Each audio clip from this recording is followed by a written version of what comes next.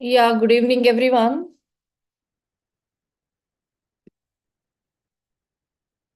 I'll request my team to make other also the other co-panelist as co-host.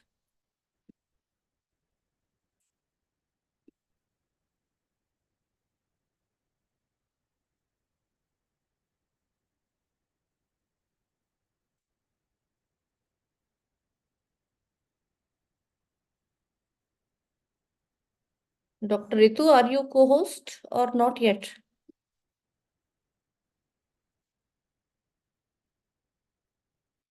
Dr. Ritu, you can try unmuting now.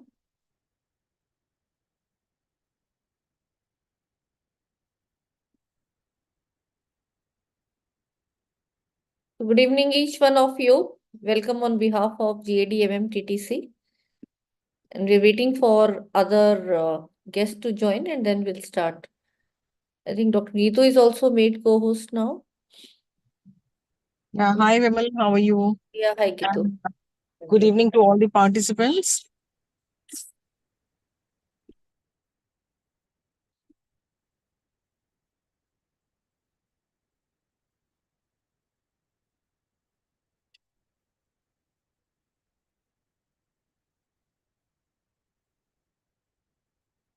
Shrutika, just see that all are made co-host as per the list.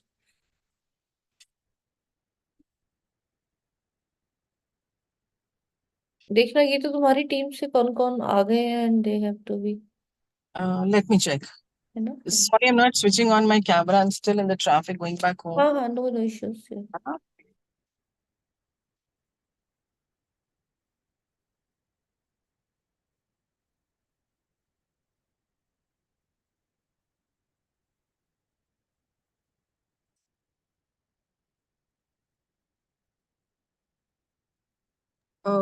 We can make Archana Pandey the co-host. I think she's still not co-host. Dr. Archana Pandey, now she's just joined. Yeah, she's been made. Archana? Yeah, good evening, ma'am. Yeah, Hi, Dr. Archana. Good evening, everyone. Yeah.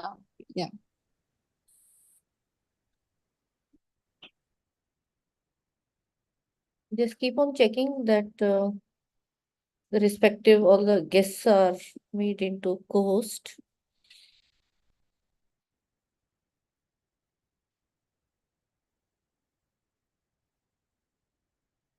I think Professor Durga Rao is also co-host now. Can you unmute, sir?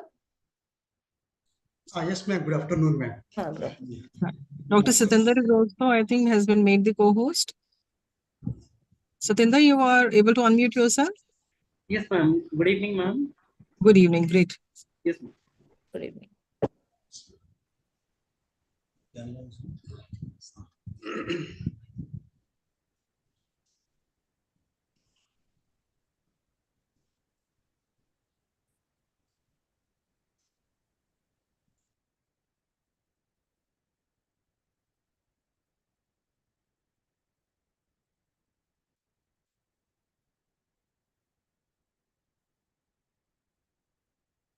Professor Ravi Tuteja has joined or not? Gitu, just check and same for Professor Patnaik, sir. I think Dr. Rimpi can be made the co-host. Dr. Rimpi? I'll check with Dr. B.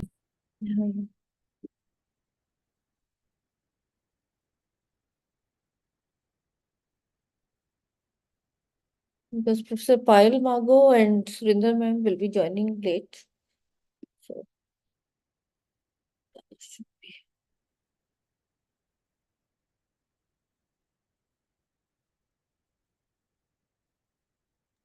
I think Dr. Ravi has joined. Can we make him a co-host?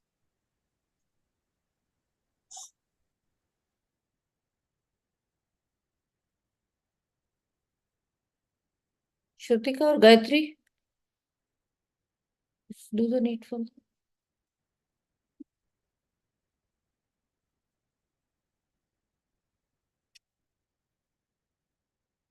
We can keep writing in the this working group also, no? In WhatsApp.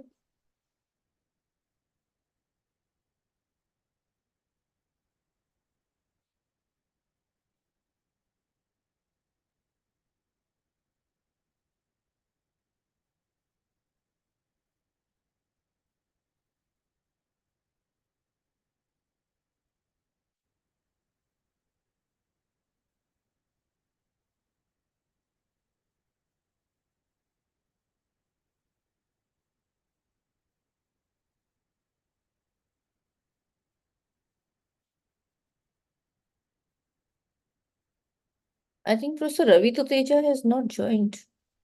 This is what team is saying. Ma'am, he has joined. It's saying principal at ANDC. So that is what has to be mentioned to the team, na? Just Yeah. I was just typing this. Yeah. Yeah. Team.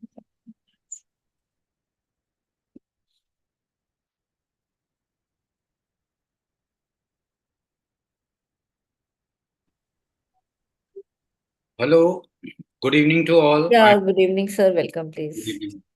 Good evening, sir. Good evening. Good evening. Good evening, sir.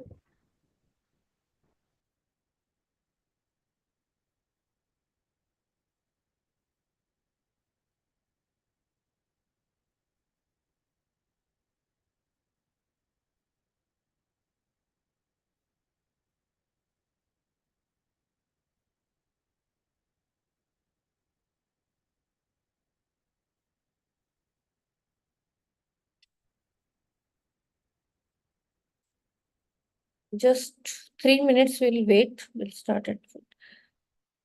Maybe Professor Durga, you can speak to Professor Patnaik. Sir has joined or not?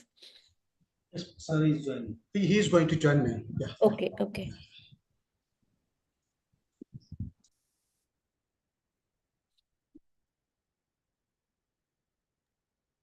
Good evening, ma'am. Good evening, sir. Yeah, good evening.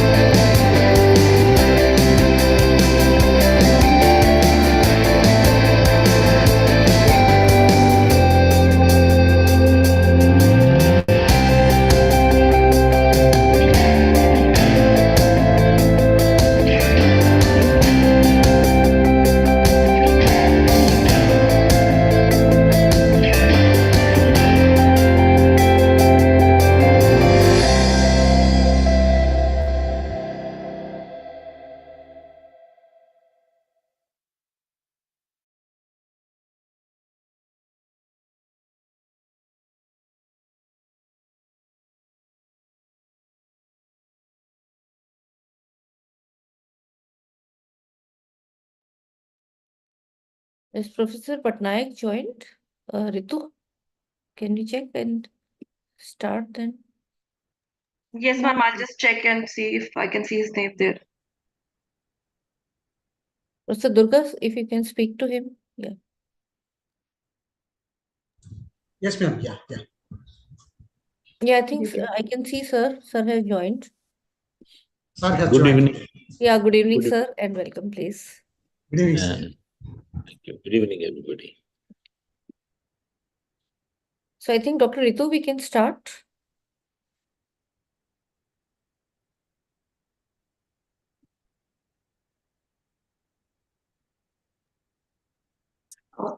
Yes, ma'am. I just wanted to confirm if Dr. Rimpi is a co-host and is able to share the slides.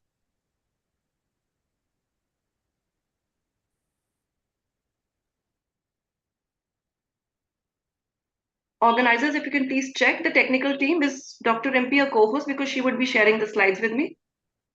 In what name she has logged in? Ma'am, Rimpi Kaur Chauhan. Yeah, she is co-host. Yeah, I can. So maybe you can. Hello, everyone.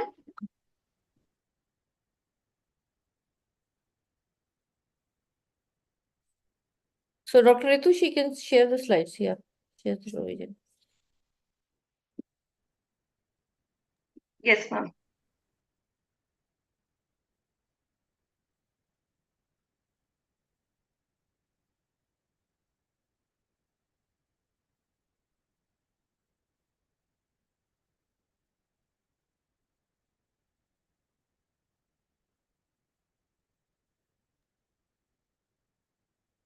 Maybe you can start then.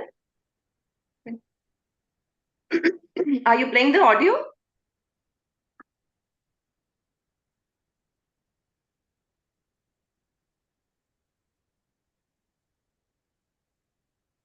Rimpi, I need green signal Yeah, from you yeah. to share the Hello, audio Dr. and the Ritu, can you hear me? slides. Yes, kindly share the audio and then the slides. Okay, sure.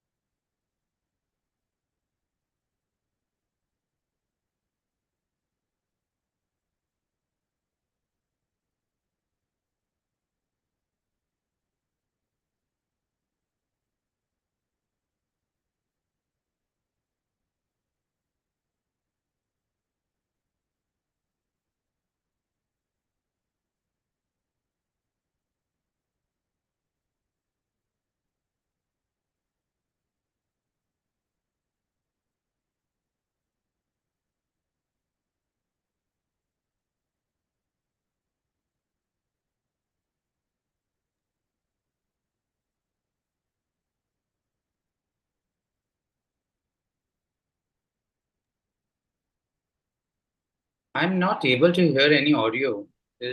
Is any audio being played? Sir, I've played the audio. I'll play it again. If I'm audible, Yeah, you are audible, Rimpi. I'll try it again. Dr. Ritu, I think, yeah, you can.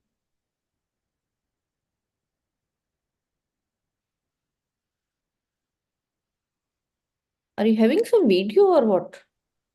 Or there are some slides? Yes, ma'am, there was. It's okay. We can start Okay, anyway. yeah. A very good evening to all of you. So I'm Dr. Ritu Khosla from Department of Biomedical Science, Acharya Narendra Dev College, University of Delhi. I welcome you all to this very interesting faculty development program on forensic science organized by UGC Malviya Mission Teacher Training Center in collaboration with Department of Anthropology and Skill Enhancement Committee, University of Delhi. Further in collaboration with Department of Biomedical Science, Acharya Narendra Dev College, and the Forensic Science Unit, SGTB Khalsa College, University of Delhi. To grace this inaugural session of the program, I am pleased to say that we have amongst us today Professor Payal Magu, Chairperson, Skill Enhancement Courses Committee, University of Delhi, and Director, School of Open Learning, University of Delhi. Professor Vimal Rai, Coordinator, UGC-MMTTC Center, a center of UGC and an initiative of MOE Government of India at SGTB Khalsa College. Along with Professor Ravi Tuteja, Officiating Principal, Acharya Narendra Dev College, Professor S.M. Patnaik, Head, Department of Anthropology, University of Delhi, and Professor Surinder Kaur, Acting Principal, SGTB Khalsa College. A very warm welcome to all the dignitaries.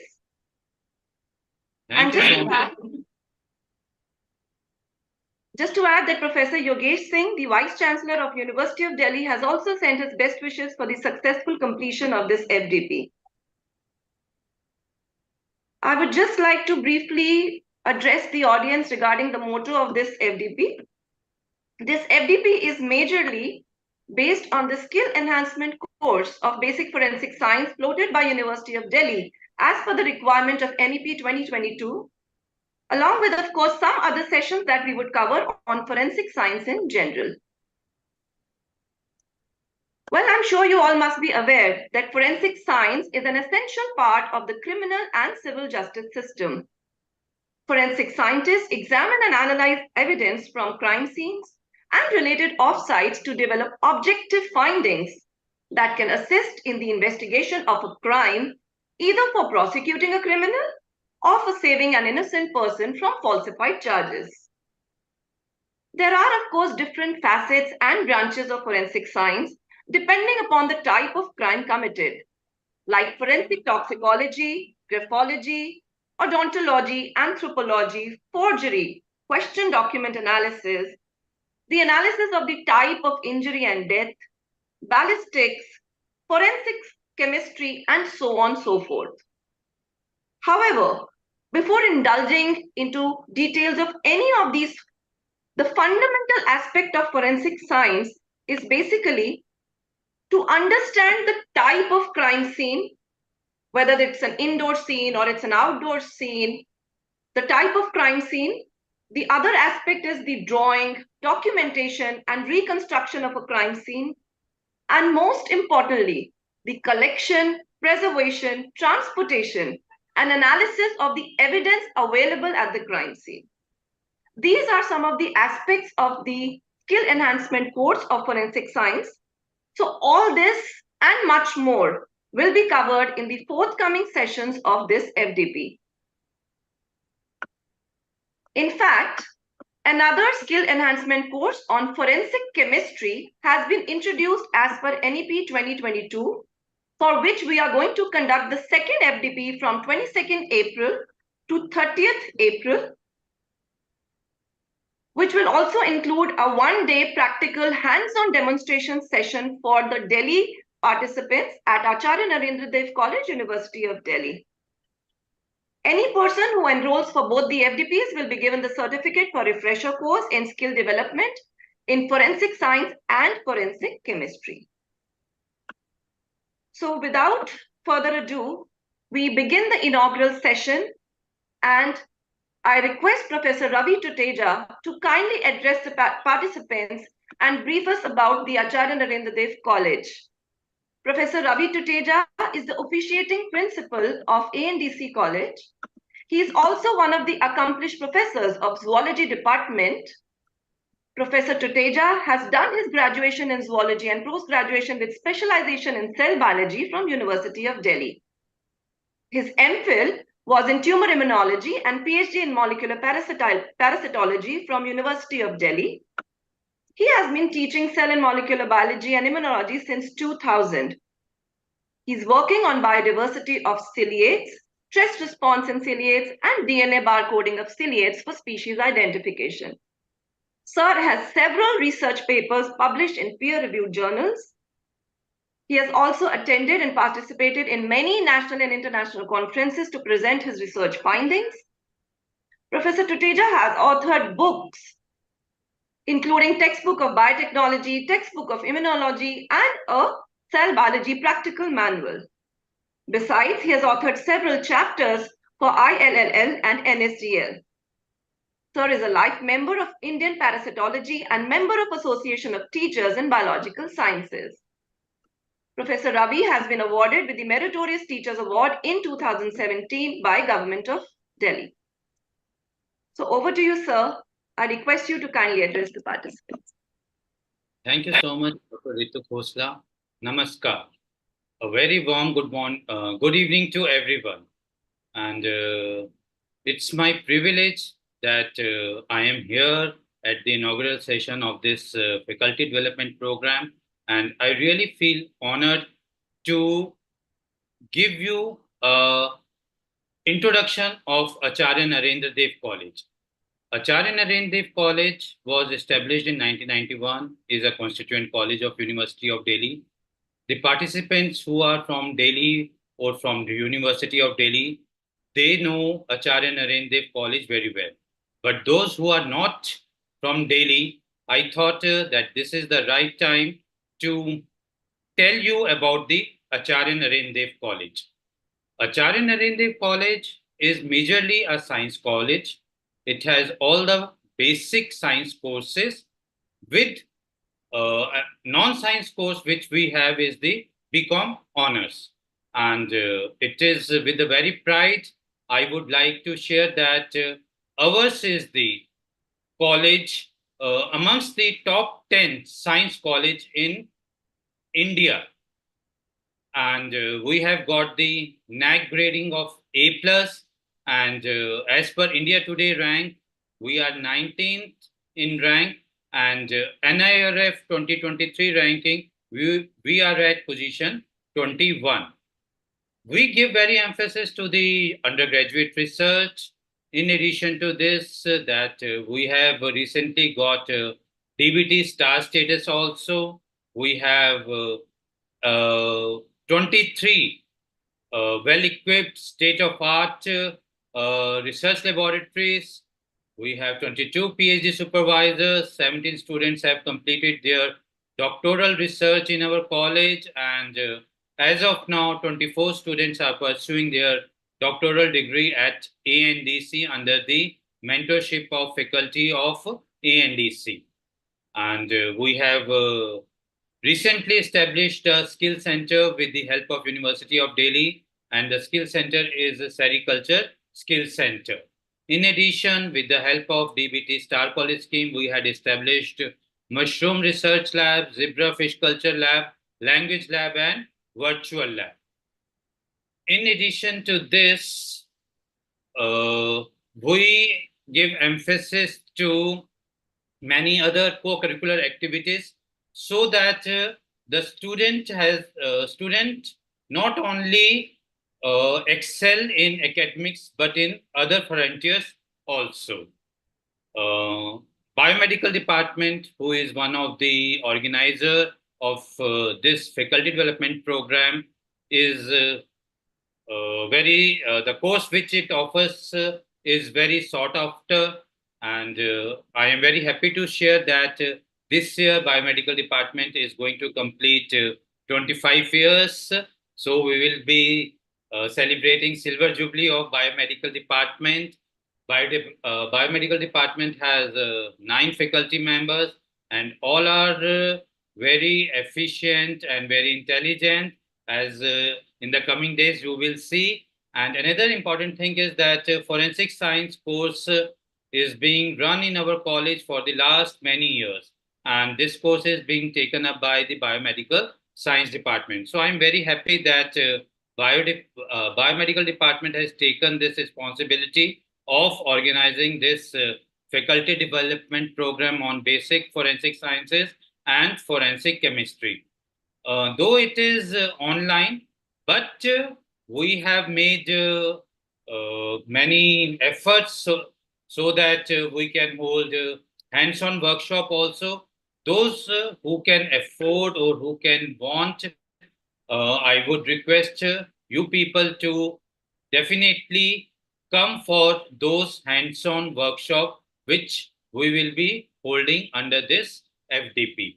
So At the end, I would say I would congratulate all the associated institutes like SGTP Khalsa College, Department of Anthropology, and definitely the Madan Mohan Malviya unit, who has been so supportive for us that whenever we go to them, they always are ready to help us and support us.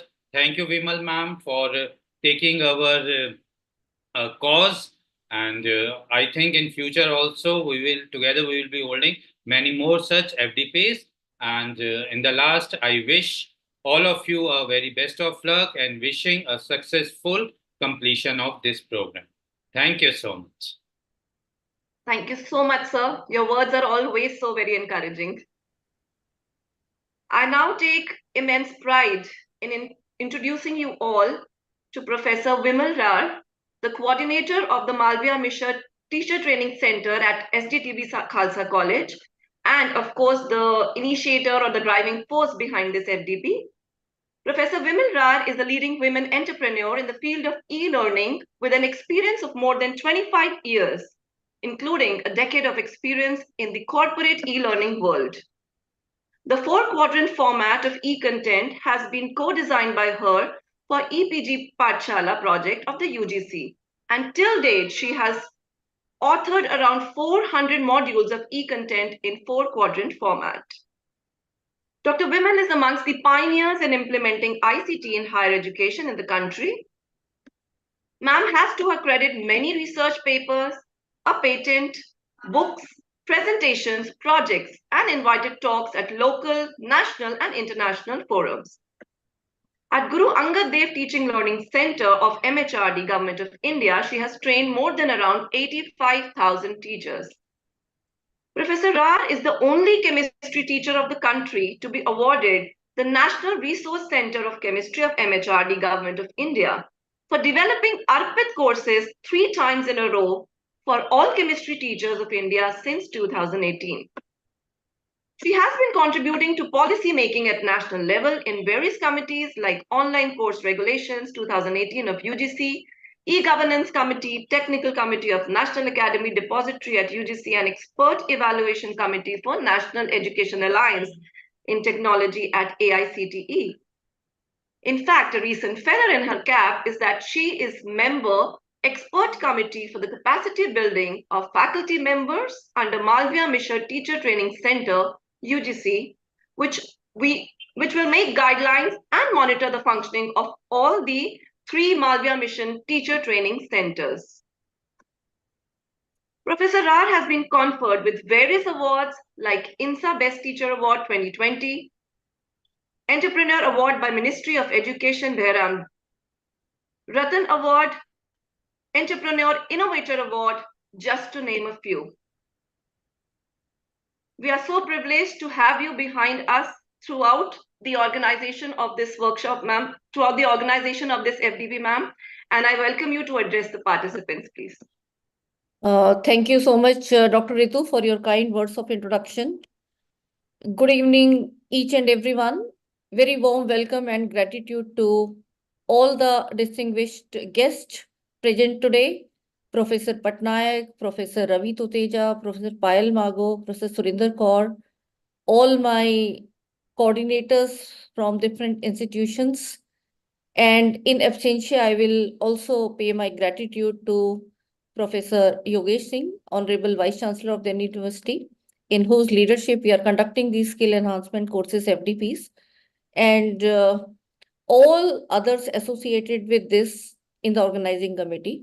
And most importantly, all my dear colleagues and research scholars who have joined from different parts of our lovely country, India. Let me share my screen to take it further. So I welcome each one of you in these 2 series, actually combination of 2 FDPs, and those will be joining in both and successfully completing, it will be treated as a refresher course. So we are starting one forensic science FDP and the refresher course, which will be in 2 parts. They will have to attend both the FDPs, that is the forensic science as well as forensic chemistry. And as Dr. Ritu has already briefed you that we will be focusing on the Delhi University Skill Enhancement Courses curriculum, but then you all are teachers who are attending, and we will make you apprised about some more periphery areas and the requirement which will also take you to the refresher course eligibility. I welcome you on behalf of UGC Malve Mission Teacher Training Center, a center of Ministry of Education and UGC. So I welcome you on behalf of UGC and Ministry of Education as well. And I also seek blessings from Guru Angad Dev Ji, the second of the 10 Sikh Gurus, in whose name we have kept this center. And since 2016, we have created the center Guru Angad Dev Teaching Learning Center, and now being renamed as GAD-MMTTC. So my gratitude to the entire team of organizers and leadership, Professor Yogesh Singh, Professor Payal Mago ma'am, Professor Patnaik, Head of Department of Anthropology, Professor Ravi Tuteja, Dr. Archana, Professor Geetu from Acharya Nandev College, and from Shri Guru Tegh Bahadur Khalsa College, University of Delhi, and the Forensic Science Unit. I am thankful to Professor Surinder Kaur Walia and Professor Sodi for helping in coordinating and putting the things together to give you a very, very meaningful FDP, which you are putting your life's time, I will say. So it's going to be really a good co-learning experience for all of us. I also welcome you on behalf of the Forensic Science Unit, SCTB Khalsa College, Delhi University, which was established in 2009. And we are running a one-year postgraduate diploma in forensic science since then under the aegis of University of Delhi. And this unit is very active in research in the forensic science field and has around 10 patents and more than 90 research publications. And various awards have been given, including the Union Home Minister Award in 2018. So with these words, I welcome each one of you with a virtual bouquet of flower. And let me tell you something more about the Malve Mission Teacher Training Center, which I am heading, is that we have state-of-art training lab facilities, and very soon we'll be conducting the offline programs again, because in the corona, we had gone online. And as a nation level effort where more than 2,000 teachers were involved, we had done seminal contribution in the development of e-content for the e-PG Pathshala project. More than 89 courses in this, where each course was having 35 to 40 modules and each module in a 4-quadrant approach. All this content is available on infilmnet.ac.in, and especially you can see the forensic science. And I'm happy to learn that many universities are using this content for their teaching learning purposes. So those who are not aware, please, you can go to the infilmnet.ac.in and you can use this content in your classroom teaching as well as for giving it to the students in the model like flipped classroom model. We have also prepared more than 50 MOOCs, out of which 42 MOOCs we have prepared for the e-PG Pathshala project for the SWAM. And we have also helped other universities to prepare the content for the SWAM portal, like Jawaharlal Nehru University. We had prepared 3 Arpit courses. Similarly, Guru Nanak Dev University, Mizoram University, Central University of Jammu, State University of Jammu, to name a few.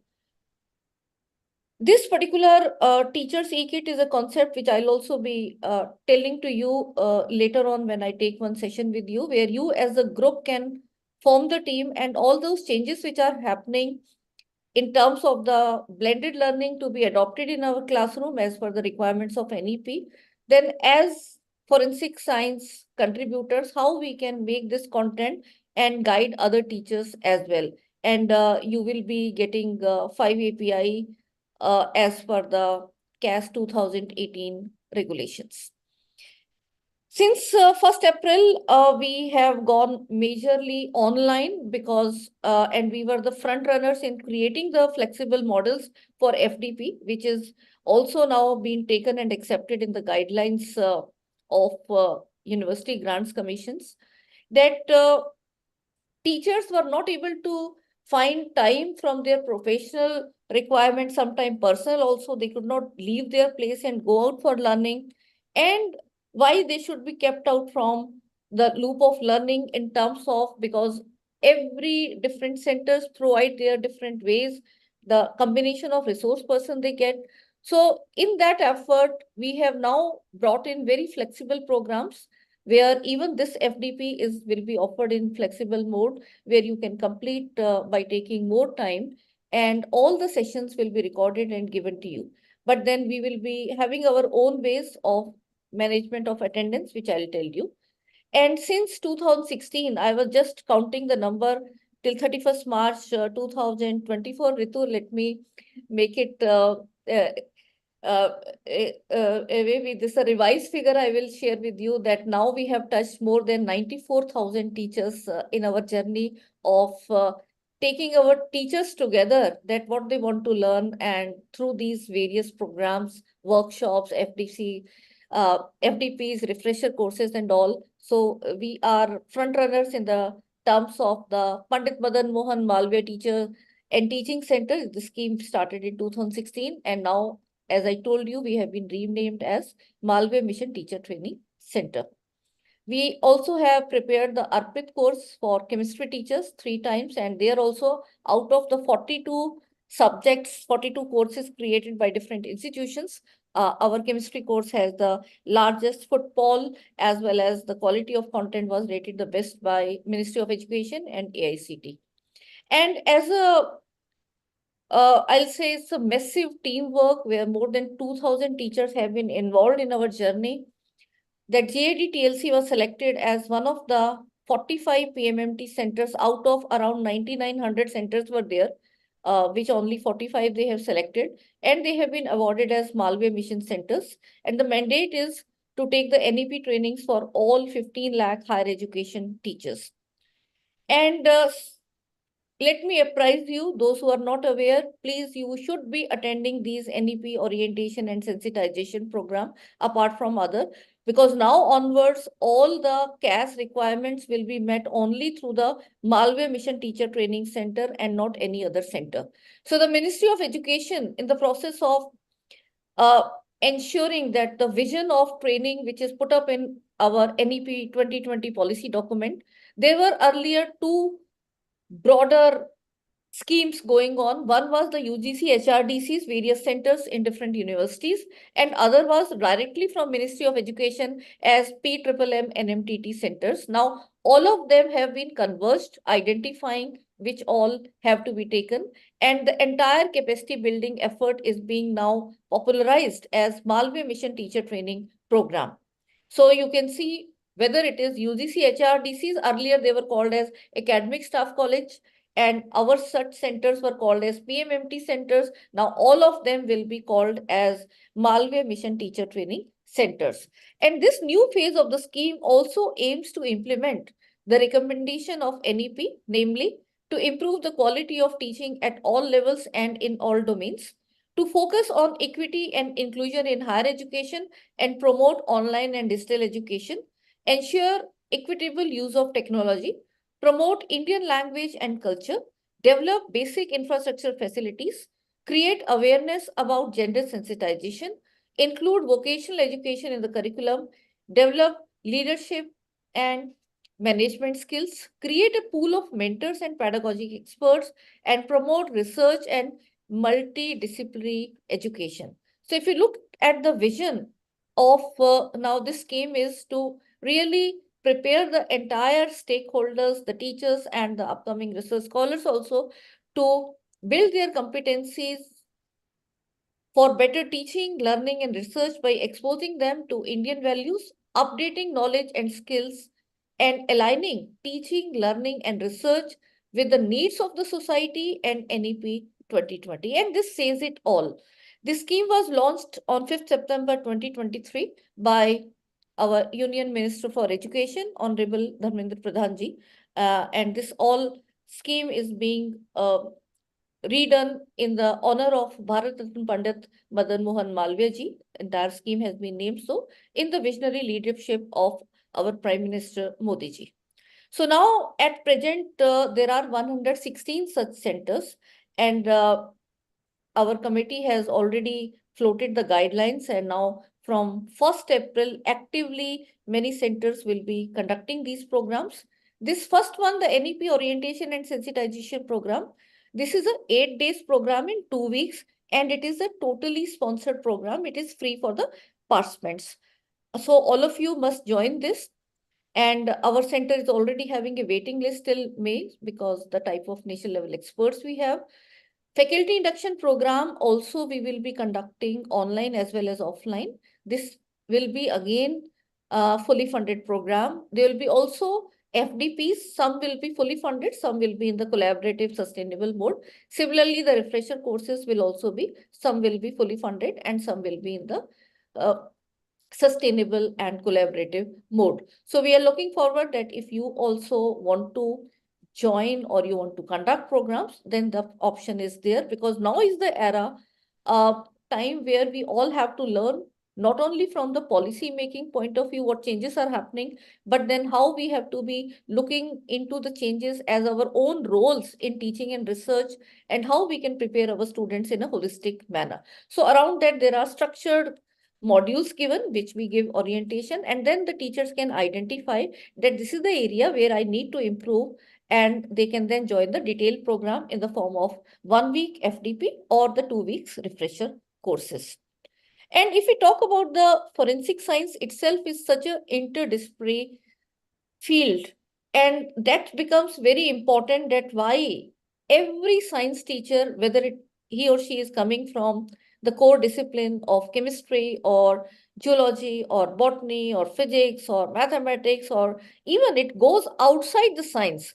But in this, because we had taken the skill enhancement course for forensic science, so we'll be covering around the areas which are in interdisciplinary model for the forensic science. Can I request my team to be looking at the audio? I think someone is unmute.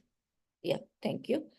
So we all have to be aware, and the teachers who want to take these new type of courses, not only for teaching, but I will say now when the 4th year undergraduate in the 4-year program, we will also be guiding our students in research. So I am very sure that this particular FDP and the next one of forensic chemistry will give you ample ideas that how you can have the students as group works around these areas, and then give them small projects, and even big research projects can evolve from them. So it has to be done in that spirit. Everyone has to keep on learning, whether it is in their domain area or the pedagogical changes coming or the technology with the AI tools coming into play. And also, although we'll be deliberating in detail, but very briefly, I will like to mention that in this changing time, when we are introducing the skill enhancement courses and the value-added courses, apart from the cognitive routine courses which we were having, we also should be learning how the assessment has to be done properly, because it is not just the written paper mode examination which we'll do, which we have been like quite comfortable with, but we also have to acquire the skills as teachers, that how can we check something which is in the psychomotor domain, that is doing by hands, or which is in the affective domain, which will be concerning about the attitude of the students or the personality development of the student. So all these three are very important, because if you talk about the competency based requirement for the holistic development of the student, we have to prepare him or her not simply on the cognitive domain, but also on the affective and psycho. So knowledge along with the skill, along with the attitude, is what is going to make these students really more employable, and also better, I will say, Indian citizens and global citizens as well. So coming to this very particular, some important requirements as we go ahead, is that the quiz dates for this very FDP as well as the refresher course participants who have joined, you will be completing the quizzes on 27th to 28th April. That happens to be Saturday, Sunday. So after the completion, we are giving you 1 week where you can do the self-study. So the quizzes will be same the date will be same for all of you. And for the completion of this very particular program, there will be 2 quizzes and 1 assignment along with the attendance. So let us make ourselves very clear on this part. The attendance will be taken in 2 ways automatically. There is no need of writing your name on the chats. The attendance will be taken by Zoom. Please use your registered email ID or the registered phone number to log in into the Zoom, which will be taken into account.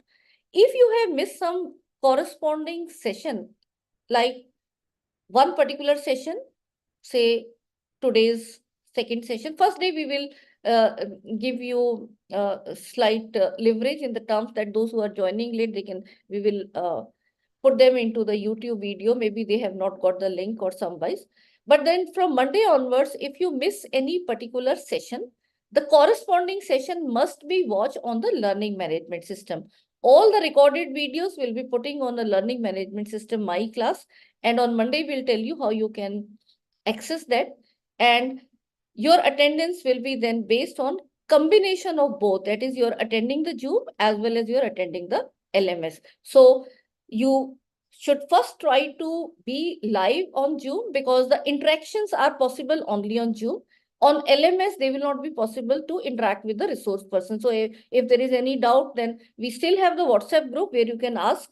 We'll try to provide you all the assistance, but then my request will be that attend this as much as live, but then if there is some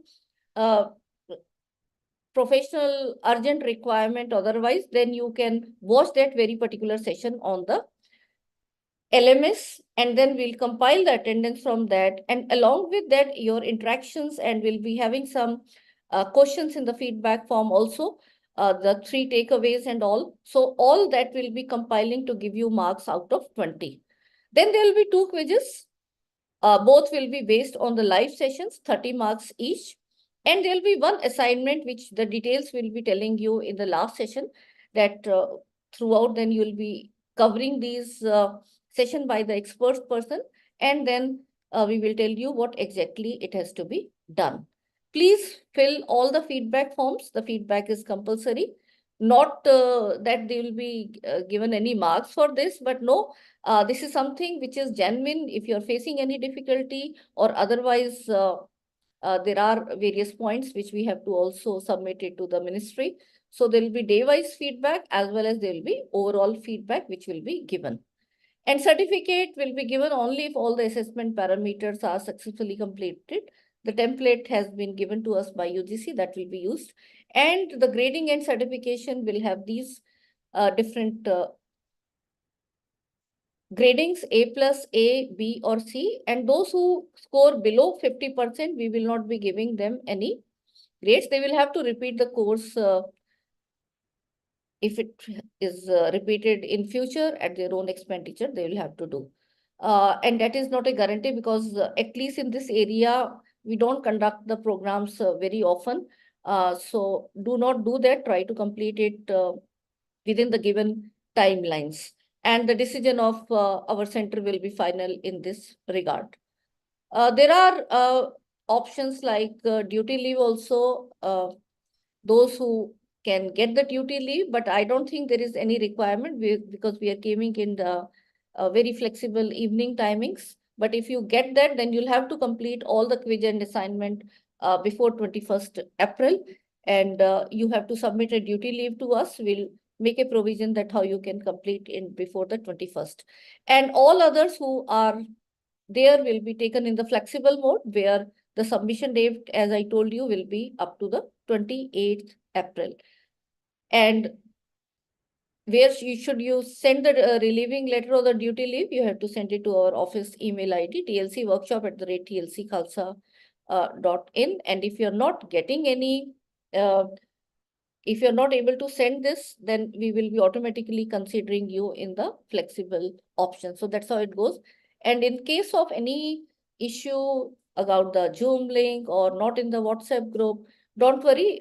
This is our office number. You can simply message. Please do not call. It's a number which is being shared by many through the various machines. And I also keep a track that every query is being resolved. So do send the message and my team will be there to resolve. So with these words, I once again welcome each one of you, and I'm sure that this program is going to be very, very meaningful to all of you, and it will prepare you for better teaching, learning, and research in your area and the allied, which touches about forensic science. And overall, it is something which it actually pertains to everyone, so you'll be more knowledgeable. And I'm sure all of you will be getting some more ideas in how the projects can be developed and evolved, and which can be given to our students. And for these also assessment, how it has to be done, we'll be giving you a quite meaningful assessment. And if still there are some of your friends who want to join, they have not, there is a special request coming, text. So we have decided that till Monday afternoon, we will be taking you all on board. So we will be sharing the recorded video for today. They can watch that. And from Monday onwards, then it will be a closed group and we will not be able to take you more. So any more friends your friends want to join, do share the word that this is going to be a really exciting virtual co-learning journey. So don't miss the opportunity. And I'm also thankful to all the collaborating institutions, right from Professor Payal Mago ma'am for the Skill Enhancement Courses Committee. She's the chairperson. And Professor Patnaik from Department of Anthropology, his entire team. And I think we have met so many times to evolve this program. Entire ANDC team. We have Professor Ravi Tuteja, Geetu Gambhir, Archana, Ritu, and so many others. So thank you to all of you. And special thanks to all the resource persons who will be coming and giving their valued knowledge. I'll say in what they will deliver in 1.5 hours. You should not just see 1.5 hours. It's like their life's experience they will be sharing you in that particular relevant area. So with these words, I will congratulate all the participants who have joined, and I'm sure that all of you will be successfully completing this FDP. So over to Ritu for taking the proceedings further. Thank you so much, ma'am. With such an elaborate introduction, I'm sure the participants are now quite clear regarding the objective, execution, and completion of this faculty development program. It's now my privilege to invite and introduce Professor S.M. Patnaik, who's currently the head of the Department of Anthropology at University of Delhi, where you all can also see that a course in MSc in Forensic Science is also currently running. Professor Patnaik has been teaching social anthropology for more than 3 decades. He was a Fulbright Nehru visiting lecturer at Wheaty Institute for Policy and Governance, Urban Affairs, and Planning, Virginia Tech University, USA, from August 2011 to January 2012. He was also visiting faculty to many universities, both at the national and the international level.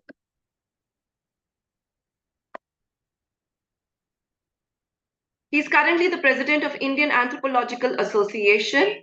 He now heads a commission on policy and governance in the International Union of Anthropological and Ethnological Sciences. Professor Patnaik is also the director of publication of Ethnographic and Folk Cultural Society. Sir is a member of editorial board of the Asian Anthropology, a journal published by the Hong Kong Anthropological Society. He is also the chairman, governing board of Lakshmi Bai College, University of Delhi, treasurer, member, governing body of Shahid Rajguru College of Applied Sciences for Women, University of Delhi. And Professor Patnaik is also former vice chancellor of the Utkal University, Odisha. So over to you, sir. I request you to kindly address the participants, please. Thank you, Dr. Ritu. And in the beginning, let me express my sincere thanks to Professor Vimal Rar for connecting all of us together, Department of Anthropology, the Khalsa College, the Malavya Mission, and the ASND. And I also express my sincere gratitude to our Honorable Vice Chancellor, Professor Yogesh Singh, and Director, School of Open Learning, and the Chairperson of the Skill Development, Professor Payal Mago for their kind cooperation and good wishes and blessings. Now, I'm here primarily because of two reasons. Number one, that here is a department of anthropology, and which was established long ago in 1947, the year India got independence. And it has been experimenting with various branches of anthropology. And one such branch, I won't call it a branch, but one such area where our forefathers, our ancestors, they became interested was introducing a certificate course in forensic science in 1968. And one of my senior colleagues, I mean, he never taught me, but he has been of my teacher's age, Professor P.K. Chattopadhyay. And he told me that very few of us know that if at all any university in Asia introduced forensic science, it is University of Delhi, and in the Department of Anthropology, a public university which started in the forensic science, the certificate course of forensic science started in 1968 in a public university context. And now we have the entire National Forensic Science University having more than 10 campuses all over the India. And that talks about how University of Delhi has been much ahead of national thinking, had been much ahead of the needs and priorities of the society, needs and priorities of the nation. And that is something to which I will return towards the end of my deliberations. So to share some of my slides, which I have prepared for this brief talk, generally, I am not a very techno-savvy person, but I must say that I got inspired from Bimal Madam to present slides to make things more attractive and more absorbing. I have no hesitation in telling that the first slide which I did is that how to situate forensic science in the larger domain of system of knowledge.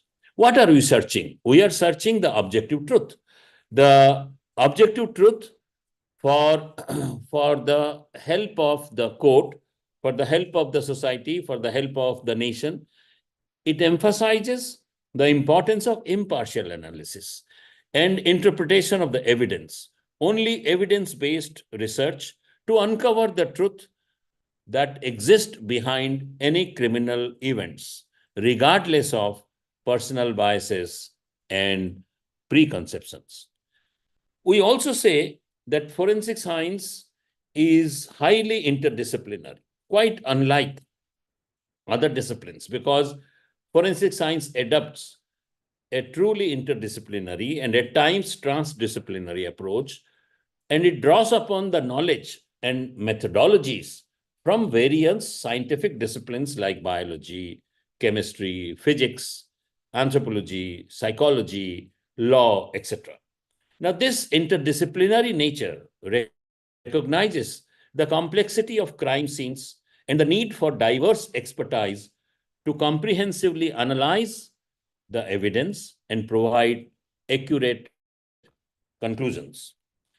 And when we say that how forensic science is connected to other disciplines, it is important to understand that the scientific disciplines like biology, insights of the biology are used in forensic science for DNA analysis, blood stain pattern analysis, forensic botany, pollen analysis, the intensity of the pollen at a particular time of the crime, etc.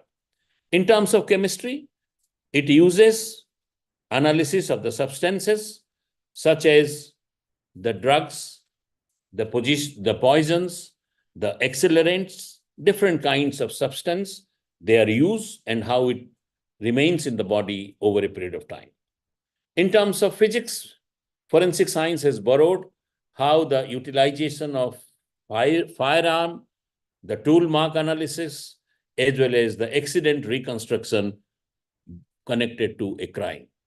When it comes to anthropology, personal identification through bones, through human remains, analysis of skeletal remains is an important dimension which forensic science gets benefit. And when it comes to psychology, it has learned the art of forensic profiling, understanding the criminal behavior, assessing the witness testimony, and the lie detection and reliability of the statements. From computer science, it has borrowed how digital forensics can be used for understanding and analyzing the electronic devices and evidences from there in recovering the digital crime or online crimes.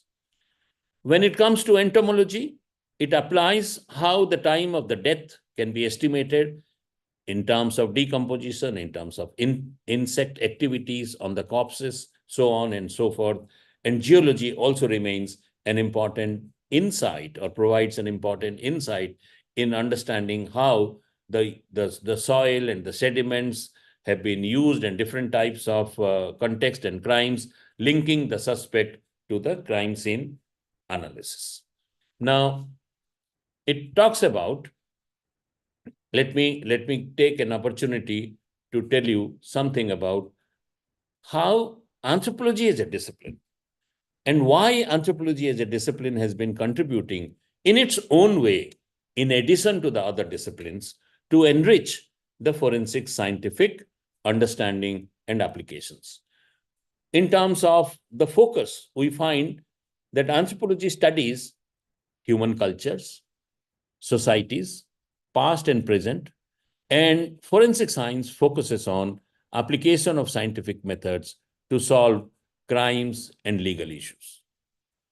In terms of human identification, it utilizes techniques of osteology, osteometry, anthropometry, and different kinds of measurements to reconstruct the face, to identify the body parts of the individuals, and that is strongly used in the skeletal analysis, in the DNA profiling to identify the victims and suspects. Anthropology also uses a contextual analysis. It considers culture, society, and history as context in understanding human behavior, artifacts, human activities, right from archaeology to the contemporary society. Similarly, forensic science, the context of the crime scene and the evidence to reconstruct the crime events and establish the timelines become very important, and this is very closely related in both the disciplines. Now, an important aspect of anthropological research is the fieldwork. And fieldwork or ethnographic research is used by all branches of anthropology, biological anthropology, cultural anthropology, archaeological anthropology, linguistic anthropology, and even archaeological anthropologists. They believe in digging it, in excavating it, and then talking about, some kind of paleoethnography or some kind of ethno-archaeology to gather the data. And therefore, this method of reaching out to the other is very important in crime scene investigations, in evidence collections, in understanding how there is a relationship among various artifacts or various reminiscents of behind the crime or during the crime, and including outdoor and indoor locations. Finally, we can say, before we go to the legal applications, we can say that anthropology collaborates with other disciplines such as biology, geology, sociology, linguistics, archaeology for a holistic understanding of the social phenomena. And forensic scientists, they also collaborate with other disciplines to analyze the evidence and solve the cases which they are dealing with. This is a science for law, for the courtroom, as we all know. And therefore, as an anthropologist, we are engaged in understanding of customary law and how crime is understood in a customary context. And there are many states in the northeastern India where customary law is more prominently adhered to for the maintenance of law and order, and state law comes a little later. So in a local situation, how customary law operates, how crime is understood, and how state law enforces an overall balancing mechanism and their legal proceedings in historical and cultural context. While anthropologists are doing it, the forensic scientists derive extreme benefit in terms of expert testimony in courtroom regarding the analysis of forensic evidence and its relevance in the legal cases.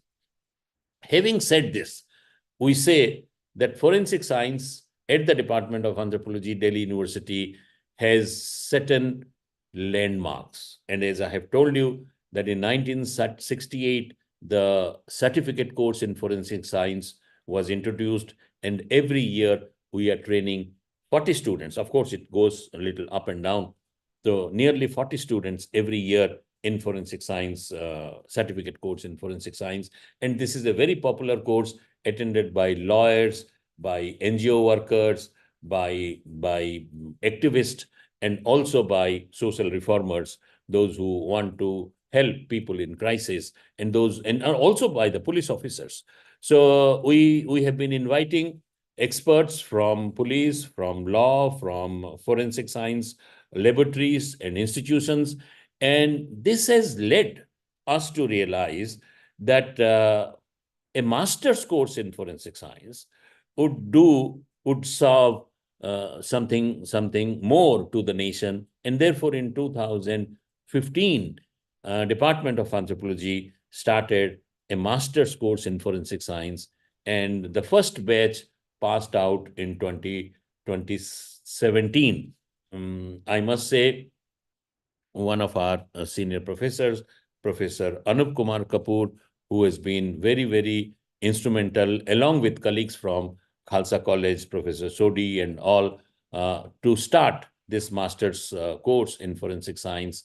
And in 2023, we included forensic science as an optional component in our PhD coursework, which is very, very revolutionary in nature, because as a student of anthropology, we know that anthropology has 4 important subfields or 4 important branches like social and cultural anthropology, branches like biological anthropology, branches like archaeology, and we now have a 4th branch, forensic science. And in this forensic science, there is a full paper on theory and methods, and students passing out MSc in forensic science are also enrolled in PhD program, and that talks about the inclusivity of the department in terms of creating a new bridge as far as the research is concerned.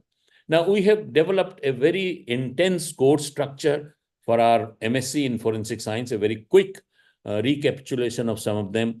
We have included photography, crime scene management, forensic physics. Students get training in photography. We have a visual anthropology laboratory established by some of our colleagues. One of them is Dr. Avitoli Zimo, and this visual ethnography laboratory, they receive training in photography, in understanding the crime scene management. There is a paper on forensic physics, criminology, criminal law, police administration and governance, and forensic dermatoglyphics and other impression analysis.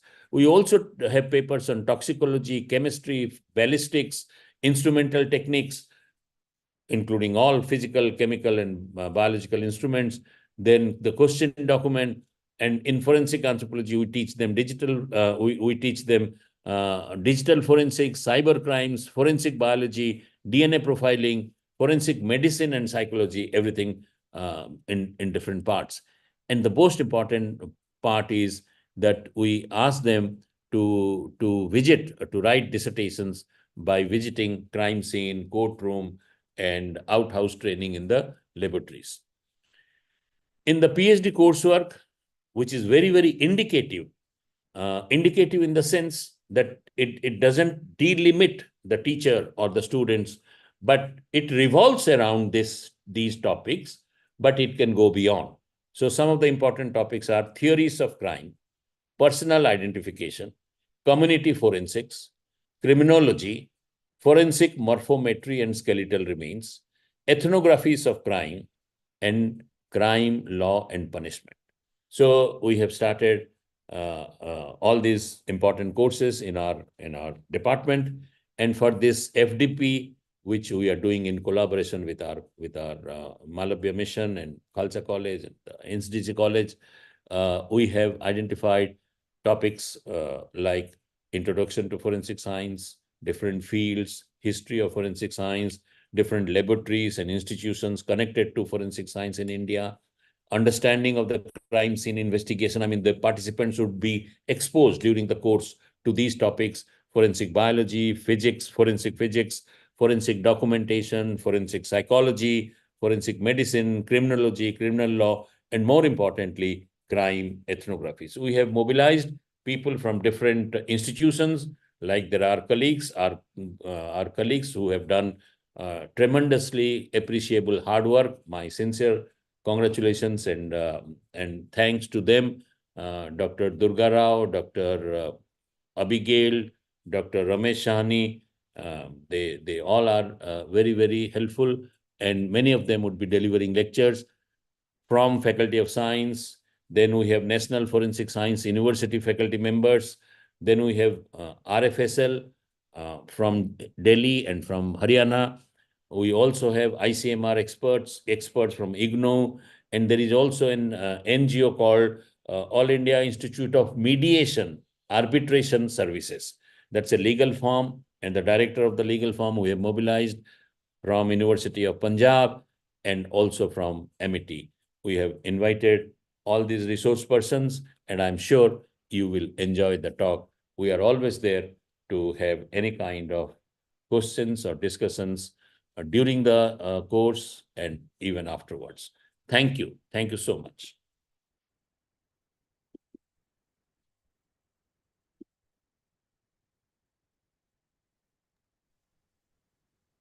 Thank you so much, sir. I regret to inform that unfortunately Professor Payal Mago and Professor Surinder Kaur from Acting Principal Khalsa College could not join us due to some last minute changes. And we are open to take any queries or questions from the participants in the meantime. Regarding the schedule of the FDP, I would like to mention that the schedule will be shared one day in advance only. We'll not be sharing the entire schedule. So we'll share the schedule on per day basis. So if you have any queries regarding the sessions or the forthcoming sessions, or is there any technical query, you may please put that in the chat box and we can take it up now.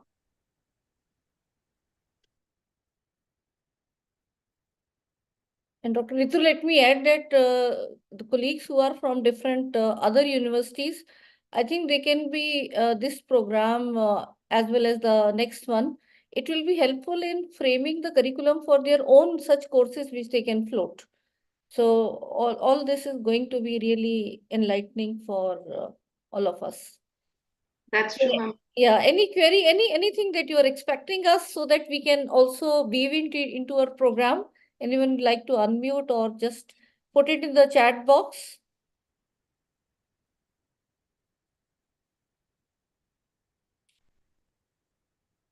So, There ma'am, can be some last minute changes. The entire program, we will not be giving the schedule. Fine. So just in the morning or one day in advance, we'll give you. Every day 4 to 7:30, you have to be there. Now it's our headache how we will be taking it further. So don't worry, Kiran and others here.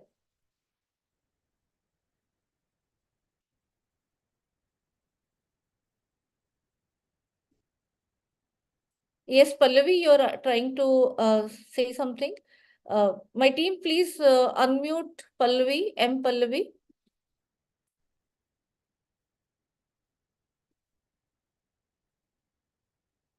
Make her co-host. Yes, Dr. Manmohan and others, LMS, we will give you a proper session, 4 p.m. on Monday. We will tell you how stepwise the enrollment has to be done.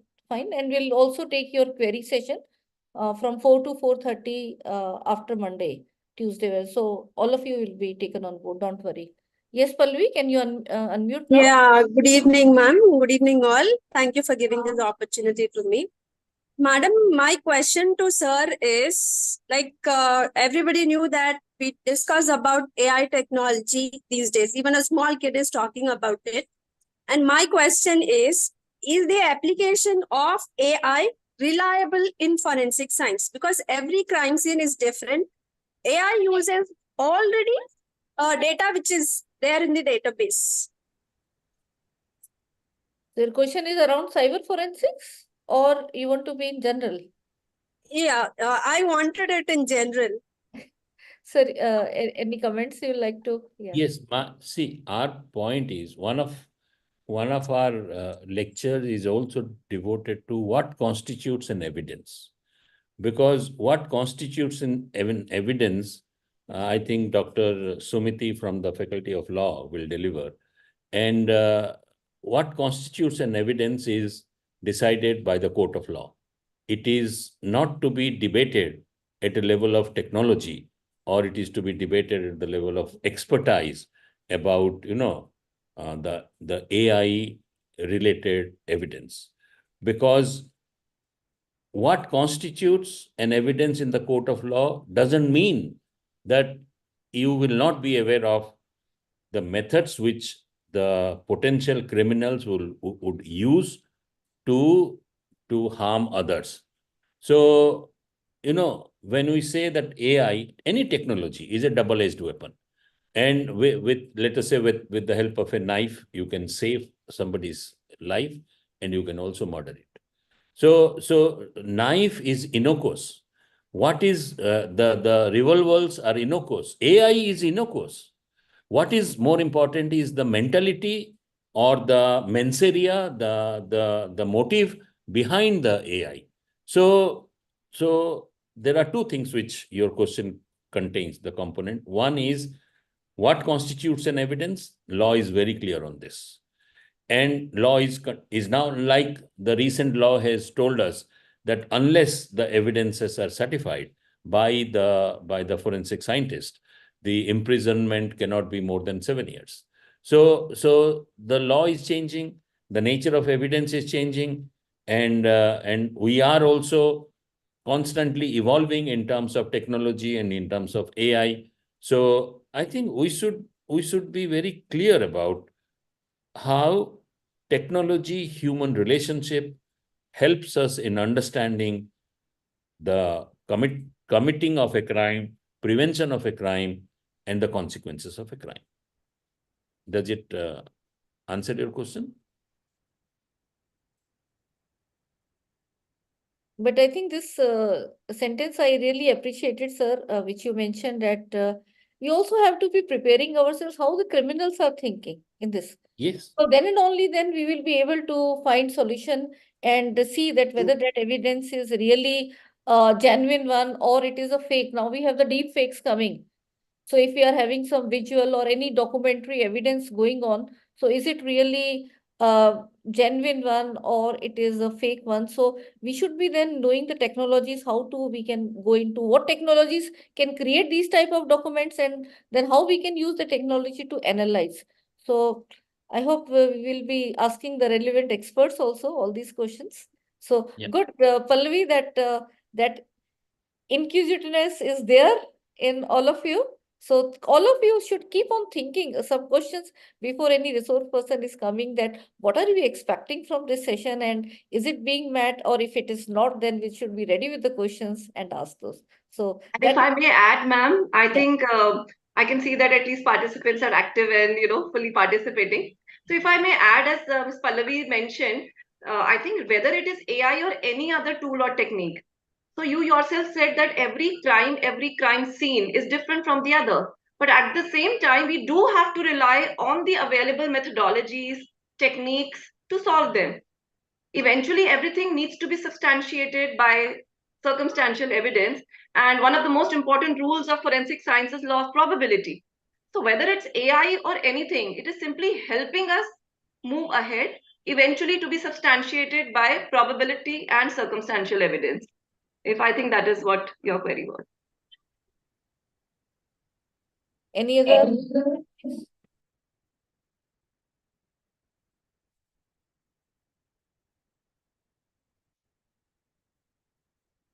So, ma'am, I think the participants are saying that even if the topic, if the schedule as such is not shared, if they can just get the titles or the topics being discussed. Yeah. Yes. Yes, we will share it in the group soon. Yeah.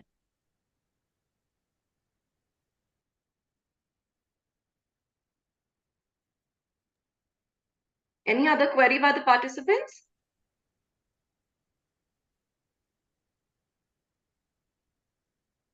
Ma'am, if there are not, can we conclude the session? Yes, yes. So I would really like to thank Vimal ma'am for initiating this FDP and making us a part of it. And Professor Patnaik, it was really great working with you, organizing this FTP. And thank you so much for the elaborate introduction that you gave, sir. Also, Professor Ravi Tuteja for enlightening the participants about ANDC College, and Professor Patnaik to throw light upon Department of Anthropology, your team, and the course of forensic science that has been successfully running for the past so many years. And we conclude this session, and we can probably meet at 6 o'clock for the session 2. We can have a short break in between. So we can start at 6 p.m. sharp. Yes, we can start at 6 p.m. sharp. Okay, so thank you everyone. Thank you, ma'am. for They need not leave the Zoom. They can be logged in with their videos off. And I'll request all participants to be attending with videos on so that they can relate and interact with the speakers also. Thank Ritu madam, my slide was visible or not? No, sir, actually, it wasn't being shared and participants were asking, but if I would request that you can share the slides with us so that we can share it with the participants. It wasn't being share it, because screened on there was, as I told you that I'm not techno savvy, so something went wrong in my computer and I could not do it. No worries, sir. So, if in that case, for the next session, if you have any slides, you can share it with us or the technical team in advance so they can, we will do yeah, that. they can play it for you. It'll be That is easier and you better. will be free from the hassle of, changing the slides. That will be better. Yeah. So I will ask Madam Abigail, Dr. Abigail, she has been helping me, Sure, sir. and also Vinith. So they will share it with the technical team or something like that. But the information you shared were crystal clear, even without the slides. Absolutely. So there was no need Thank actually. you.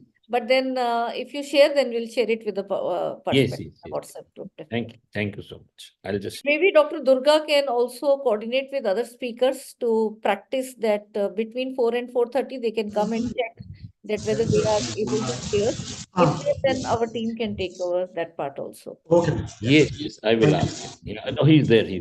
I think yes, sir is there. Dr. Durga. Yeah, I'm here. Yes. So, Dr. Ritu, we share the slides for the next session to whom? So you can share it with Vimal ma'am, sir.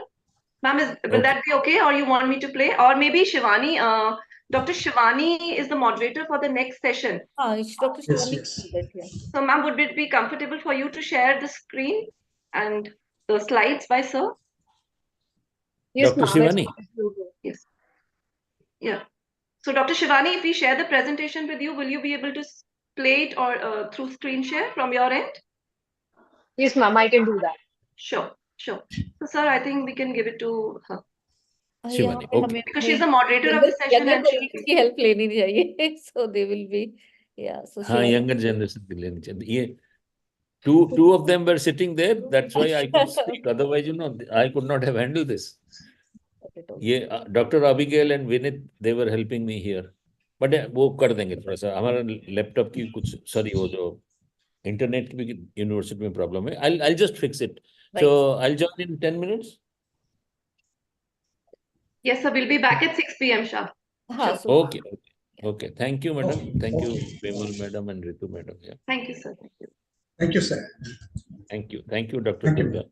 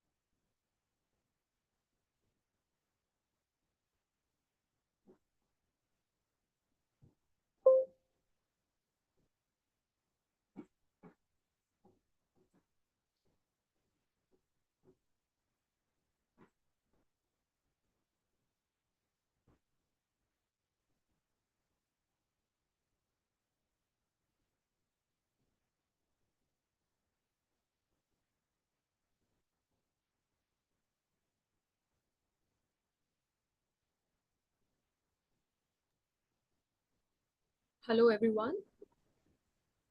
So, sir, are you there, sir? Can we begin the session?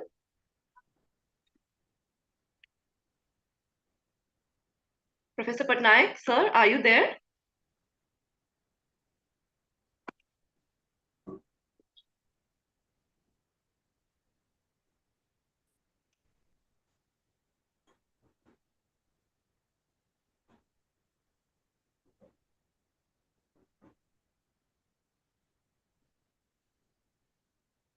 Professor Patnaik, sir, are you there?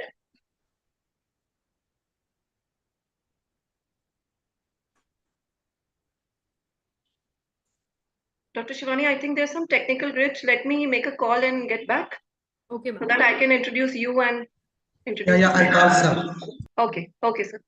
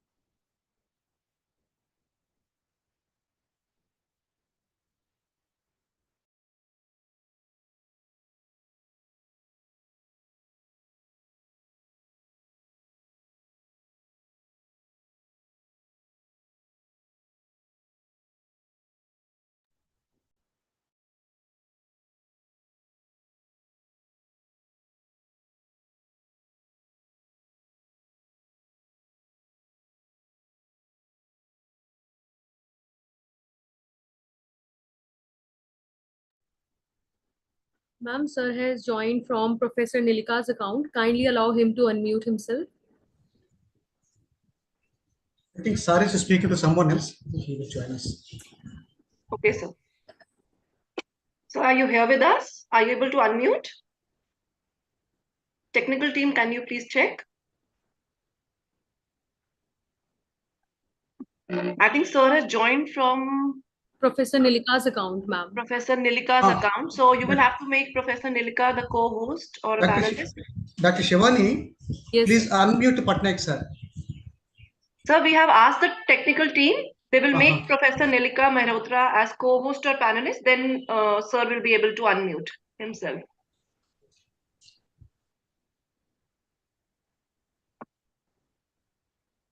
Shrutika, are you there from the technical team? Anyone is there?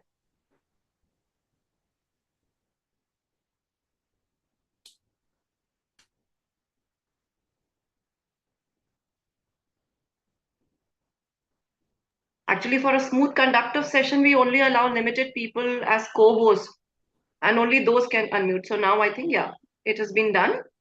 Yes, So can you hear us? You're with us? Yes, I can hear all of you. Can you hear me? Yes, sir, absolutely. Okay.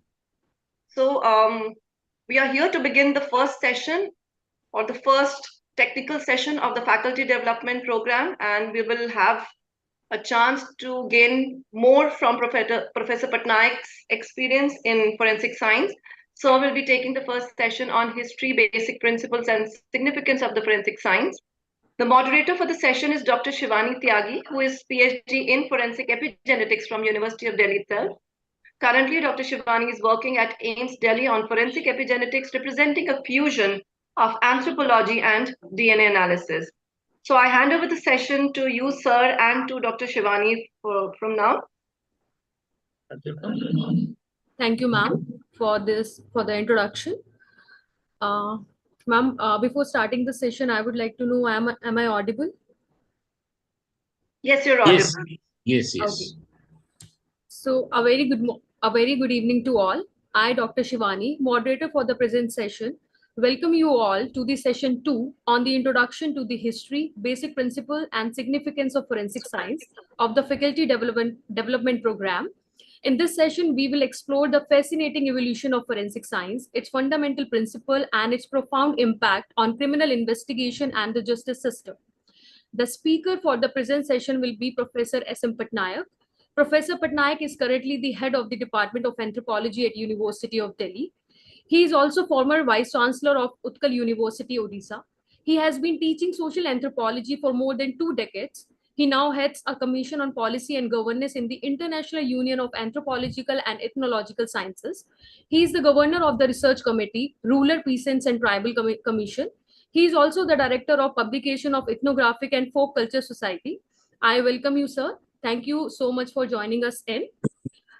Also, before starting the session, I encourage you to engage actively, ask questions, and explore the fascinating world of forensic science. Now, may I request Professor Patnaik to kindly start the session.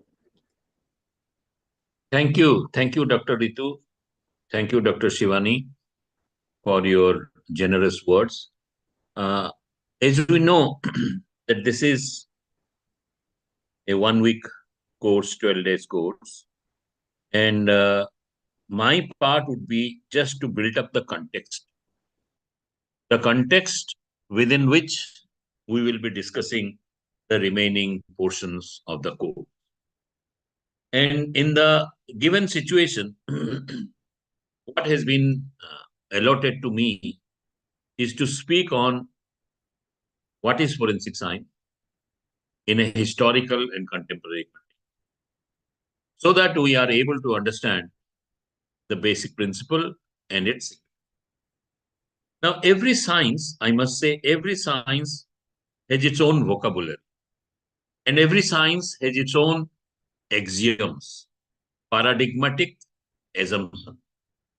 So today, my role will be to make some discussions around what are the certain paradigmatic identity of the forensic science, what are certain principles on which it operates, and how these principles create an interdisciplinary platform in helping criminal investigation. Next. What is the, Shivani, next. Next slide, please. Now, this is the structure of my lecture, today's lecture, divided into 7 or 8 parts. Part 1, a brief introduction on what is forensic science. Part 2, what are the major developments in forensic science in the world forensic science, and who have been the key contributors? What has been the genealogy of the forensic science expert in terms of inventing something, discovering something, coming up with some scientific technique, profusely enlightening the insight of the discipline. Then we will move to how forensic science evolved in India with primary reference to important government decisions, because forensic science gives input to the court of law and to the legal system. After having discussed the history of forensic science in India, we'll move to some basic principles of forensic science. They may sound very ordinary, but the most important thing and the most crucial thing is to understand the fundamentals of the discipline. That if we know the fundamentals of the discipline in terms of the basic principles on which it operates, we will not be committing any error in the analysis of the evidence. And that takes us from the principles to what constitutes an evidence. And then what is the contemporary significance of forensic science?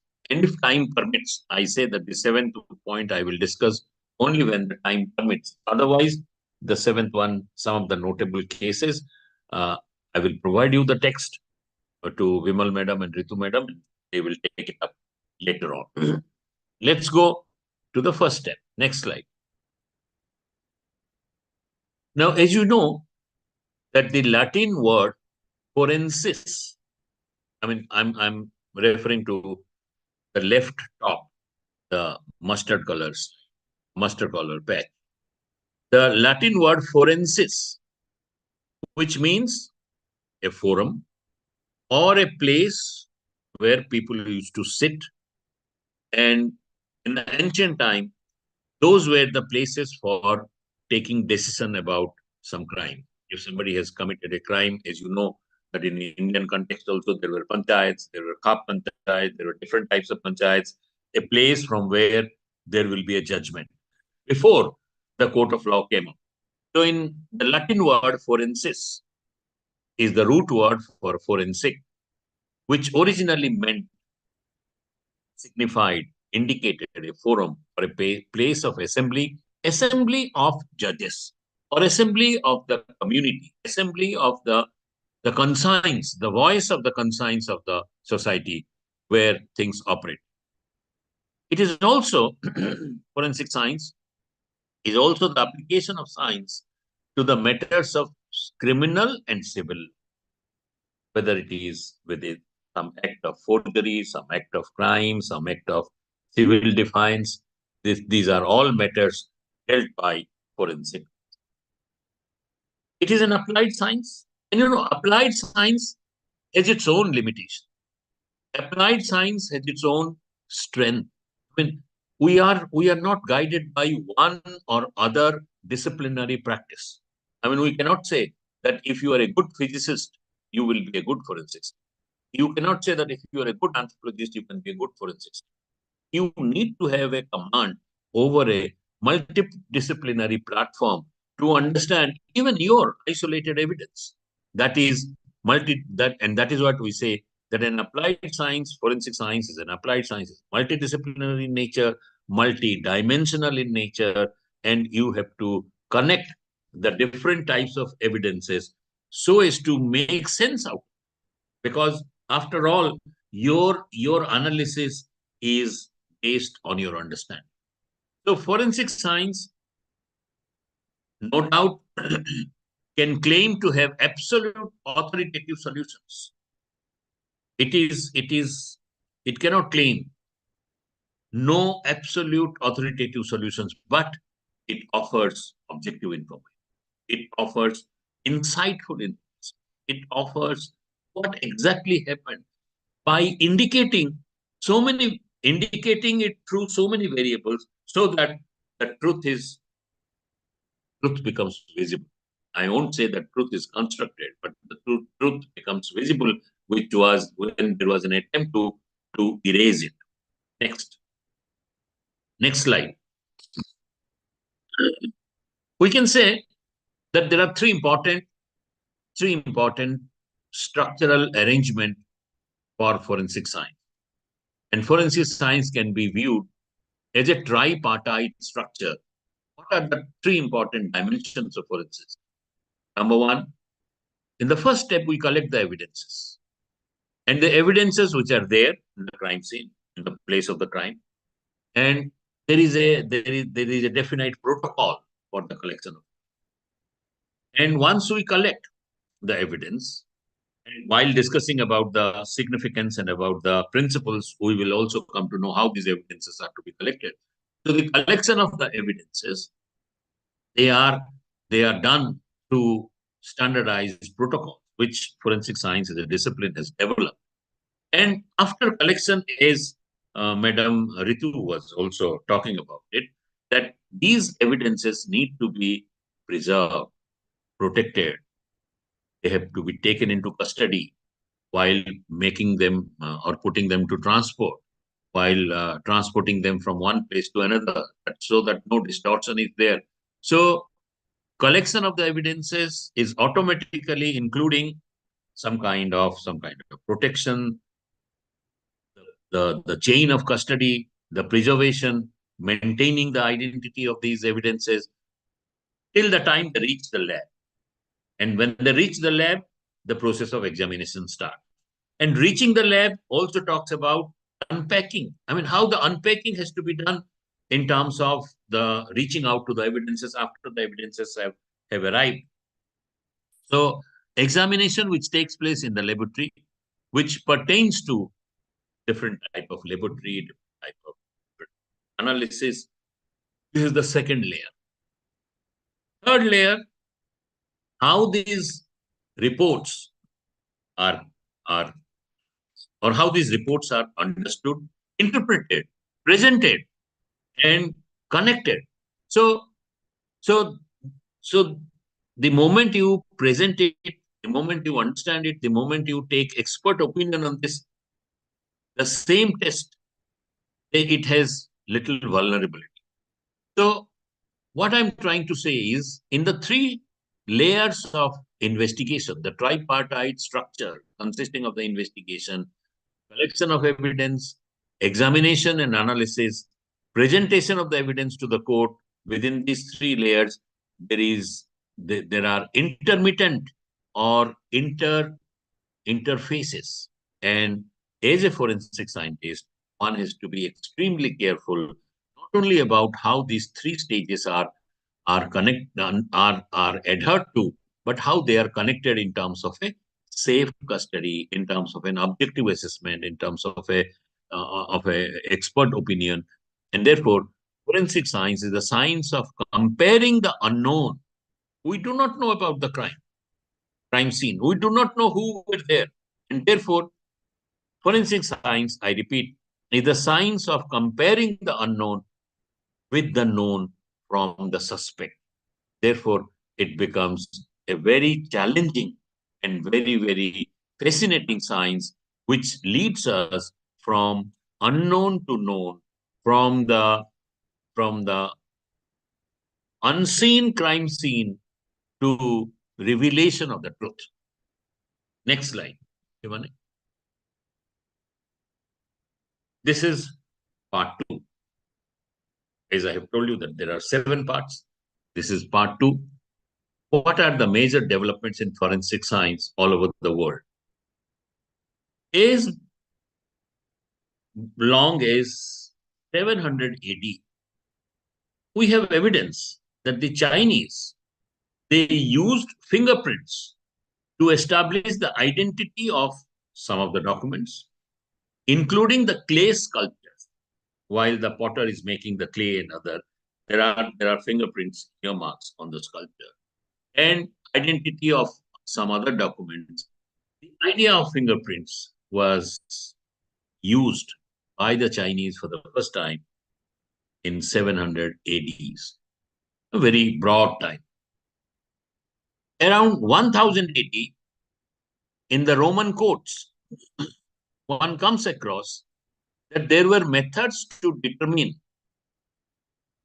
how the palm prints were used to frame a man in his brother's murder.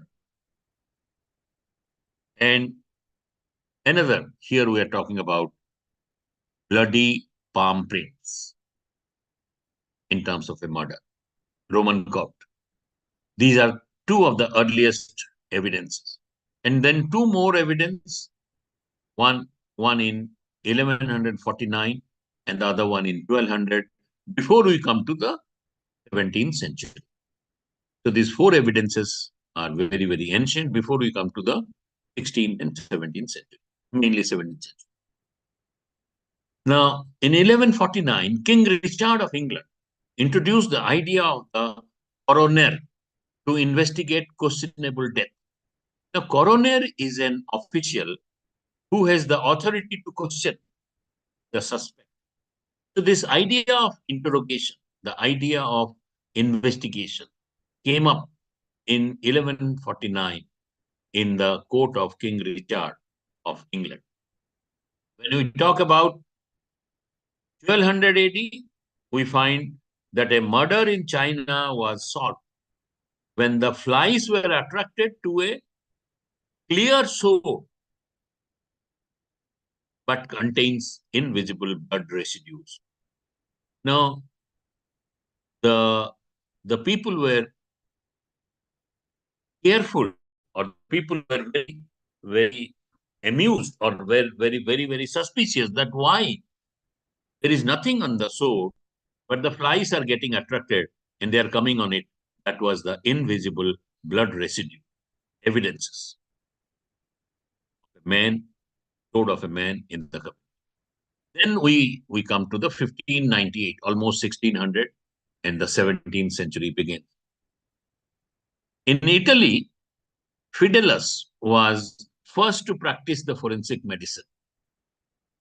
And in 1670, a Dutch microbiologist constructed the first high-powered microscope, Antonio Leeuwenhoek. 1776, Paul Revere was the first one to identify the body of General Joseph Warren based on the false teeth. In the body of the General Joseph Warren, false teeth was implanted, and that is how it was detected.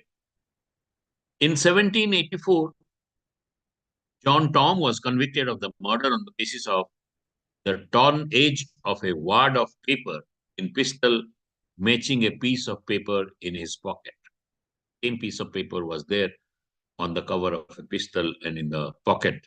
So how the evidences, nature of evidences in detecting the crime has been varied, diverse, and have been emerging. Next slide. In 1859, Gustav Kirchhoff and Robert Bunsen developed the science of spectroscopy, very important invention in Germany. And 1864, the crime scene photography came to practice for the first. 1879, a system to identify people using particular body measurements in France, Alfonso Bottiller, which has given rise to anthropometry later on. And 1896, Edward Henry developed first classification system for fingerprints identification, 1896 in the United Kingdom. In 1900, Carl Landsteiner identified the human blood groups in Austria, A, B, and O. And then 1904, Edmund Locard formulated his very famous principle, every contact leaves a trace. And it was very, very important principle for forensic science, that every contact leaves a trace in terms of fingerprints, footmarks, tire, cigarette butts, flavor, contact, anything. And that was an eye-opening principle. Francis Austin in 1922 developed the mass spectrometer. After this, 1859, the spectroscopy, this developed the spectrometer.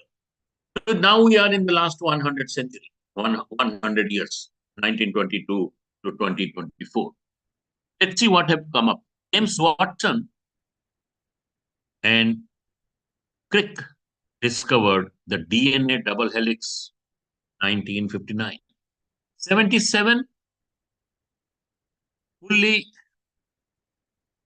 AFIS developed by FBI, fully automated in 1996.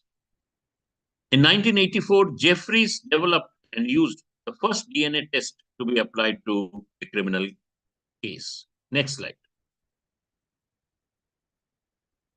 Now in the part 2B, we will identify some of the key contributors. Let's say who are the important notable persons. Orfila, father of toxicology, developed a chemical test to detect arsenic. It was in Spain. Francis Galton, who was also cousin of Charles Darwin,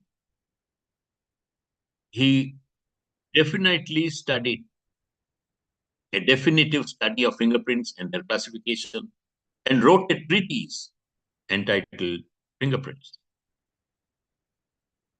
Alphonse Bertillon, as we have said earlier, devised a system for personal identification using a series of body and facial measurements.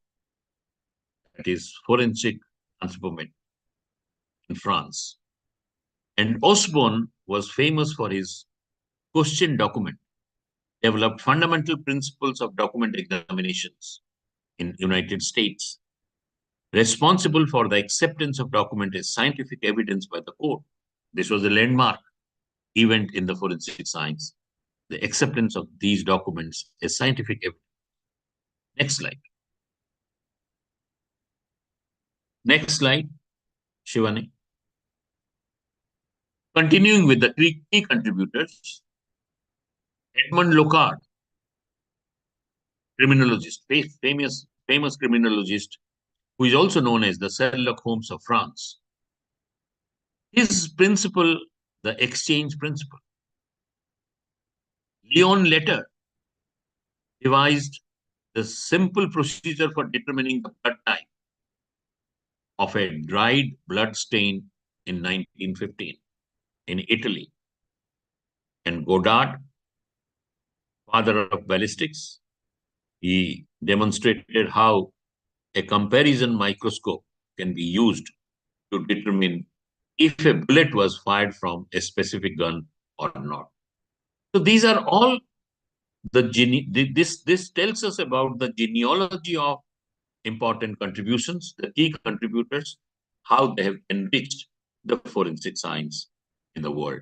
And let us come to discuss about forensic science in India, how it was developed in India. Next slide.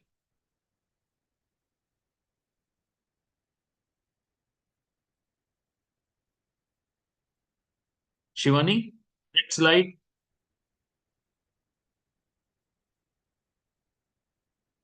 This is the part 3 of my lecture. In Madras Presidency, the Department of Health started chemical examinations, and a chemical examiner's laboratory was established. 1849 in Madras Presidency. And Madras Presidency contained entire south, parts of Odisha and parts of Maharashtra. 1892, Anthropometric Bureau was established. 1892, it was established for maintaining anthropometric records of criminals at Calcutta. 1893, first fingerprint bureau was established at Calcutta by Edward Henry. 1898, development of explosive was established at Nagpur. 1904, the British government of Bengal created the post of government handwriting experts of Bengal. This was a post created, the post of government handwriting expert of Bengal, and appointed, just for a sake of mention, appointed Mr. C.R. Hardless for this designations. Next slide, Shivani. In 1905, the first Central Blueprint Bureau in India was established in Shimla. Central Fingerprint Bureau was established in India. 1910, Department of Serology was recognized in Calcutta. 1915, the footprint section was established under CID, Government of Bengal. Note forgery section, currency forgery section was set up under CID, Government of Bengal, 1917. And 1930, ballistic laboratory was set up under the Calcutta Police to deal with the examination of firearms. Next. So if we talk about, to continue with the history of forensic science in India, in 52, government took an important step. The first state forensic science laboratory came up in Calcutta. In 56, the Central Detective Training School, CDTS, was established in Calcutta, 56 for the first time, and 64 in Hyderabad, and 73 in Chandigarh. So this Central Detective Training School started doing extremely well, and due to the demand of this particular training, it was established in Hyderabad, Chandigarh after. In 57, the first Central Forensic Science Laboratory was set up at Calcutta. Both the State Forensic Science Laboratory 52 and Central Forensic Science Laboratory in 57, both were set up in 1959. Central Forensic Science Advisory Committee and Central Medical Legal Advisory Committee was set up by the Union government. Two committees were set up. They were advisory in nature and enriching the forensic science. Forensic Science, Central Forensic Science Advisory Committee and Central Medical Legal Advisory.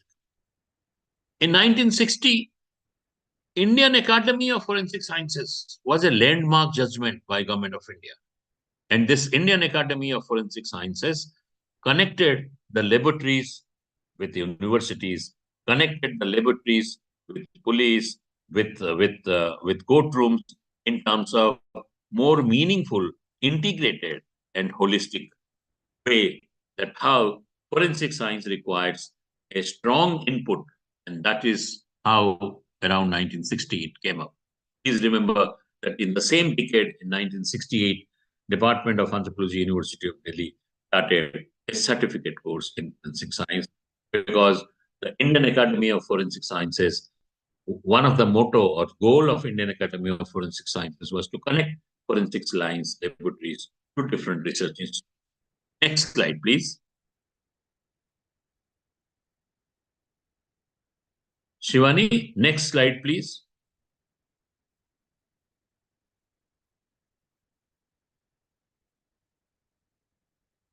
The previous slide? Yes. Now in 71, the Institute of Criminology and Forensic Science is established in Delhi, focusing on training and research. Institute of Criminology and Forensic Science. In 72, Dr. V.K. Street recommended creation of a post of Chief Forensic Scientist in the Ministry of Home Affairs, leading to the establishment of Forensic Science Directorate. First, a post was created, Chief Forensic Scientist in the Ministry of Home Affairs, which led to a directorate. And this directorate was headed by the Chief Forensic Scientist in 1972.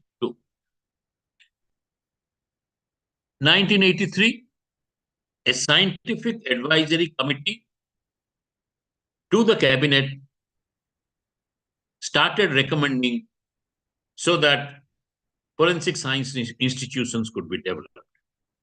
A scientific advisory committee to the cabinet recommended that forensic science institutions should be developed in India. 1898, restructuring of Central Forensic Science Laboratories at PPRD into centers of excellence. And in the same year, the first forensic DNA typing facility was created at Calcutta in Central Forensic Science Laboratory. And after that, you know how different state universities of forensic science and Central University of Forensic Science, which is the latest in the year 2020, came up. Next slide. Now, this is the fourth part of my presentation. In the fourth part, we will discuss about the law of forensic science, the basic principles. On what basis these forensic science, or on what basis the forensic science works? What are the important principles? As far as the collection of evidence is concerned, analysis of the evidence is concerned, understanding of this evidence is concerned, what are the basic principles? And please remember that these principles are not derived from one or two scientific disciplines. It is derived from the basic understanding of the crime, basic understanding of the principles behind the crime, the motive behind the crime, or the basic understanding of the evidence, so that when we collect them, we are careful about it. When we analyze them, we understand it. When we transport them, we are aware of the risk. And when we try to examine them, we know the principles. So let us understand the principles of forensic science. I have identified out of many, I have chosen that we will be discussing 7 principles, and these principles, on these principles, the logic of forensic science is built in, the scientific platform of the forensic science is built in, and it connects to different disciplines. What are the principles? Number 1, law of individuality. Then the principle of exchange. Third, the principle of progressive change. Law of individuality, principle of exchange, law of progressive change. Then principle of comparison, principle of analysis, law of probability, and law of circumstantial facts. So these 7 principles of forensic science, we will discuss one by one. Next slide, please. Now, these principles may sound very, very elementary. But in terms of understanding of a science, understanding of a philosophy, you have to really make the principles very, very elementary, simple, and easily understandable, and so that it remains with us all the time. What is the first principle? The first principle is, in forensic science, we deal with objects, we deal with evidences, we deal with certain things. And the law of individuality is every object, natural or man-made, has individuality, has uniqueness. Every object, whether it's a natural object or it is a man-made object, it has its own individuality, it has its own uniqueness, and therefore individuality cannot be duplicated, neither by natural nor by artificial means. Let's talk about my signature. My signature has its own individuality. And the moment one tries to duplicate it, here comes the question of forensic science. Here comes, can it be done? Principle tells us individuality cannot be duplicated. And that is where the reliance on forensic science comes up, that let us see how it cannot be duplicated. It cannot be duplicated neither by natural nor by artificial means. For example, every person has unique fingerprints. They can be individualized fingerprints. And these individualized fingerprints can be the conclusion of an examination. But if there is any tampering, there is any erosion, there is any duplication, it will be detected. And this is our principle. How it will be detected? We need to have techniques for this. How it will be detected? We need to have insights for this. How it can be detected? We need to rely on science for this. Now, the second principle. Next slide, Dr. Shivani. It's called Locard's principle. And we have already mentioned about it a little while. The Locard principle is the principle of exchange. Now, what does it say? When criminals or their objects belonging to the, or objects of crime, come in contact with victims, or come in contact with objects surrounding the victims, they leave trace. Now, if I contact something, it's not that I am contacting, I'm leaving something there. Similarly, criminals or their instrument picks up traces from the same contact. This is the exchange. Imagine the exchange that the criminal has an object, and these objects of crime come in contact with victims. These objects leave trace with the victim or leave trace with the object surrounding the victims. They leave some trace. At the same time, they carry the trace. And that is the exchange. These objects, they carry that trace, picks up the trace from the same contact. Example, shoe prints, blood, fingerprints, tire marks, the touch mark, lip prints, anything. There is an exchange, and this is called Locard's principle. First principle is the principle of individuality. The second is the principle of exchange. Next, law of progressive change. Now, these evidences these evidences do not remain static all the time. Everything changes with the passage of time. The color of the blood stain, the smell which the dog can detect, the nature of the traces, everything changes with passage of time. And therefore, it is important not to lose any time. Law of progressive change tells us how important it is, how important the time is to reach on the spot. The sooner, the better. And therefore, because with passage of time, many things changes. Evidences get lost. Evidences undergo change. So the scene of crime undergoes rapid change. And therefore, the evidences should be collected as soon as possible. Law of progressive change makes us understand that with the progress in the time, the criminal who has committed the crime may make various changes in the crime scene if the crime scene is not managed properly. Not necessary that he comes back. Not necessary that he sends somebody physically. He may do that also. But at the same time, there is a progressive change.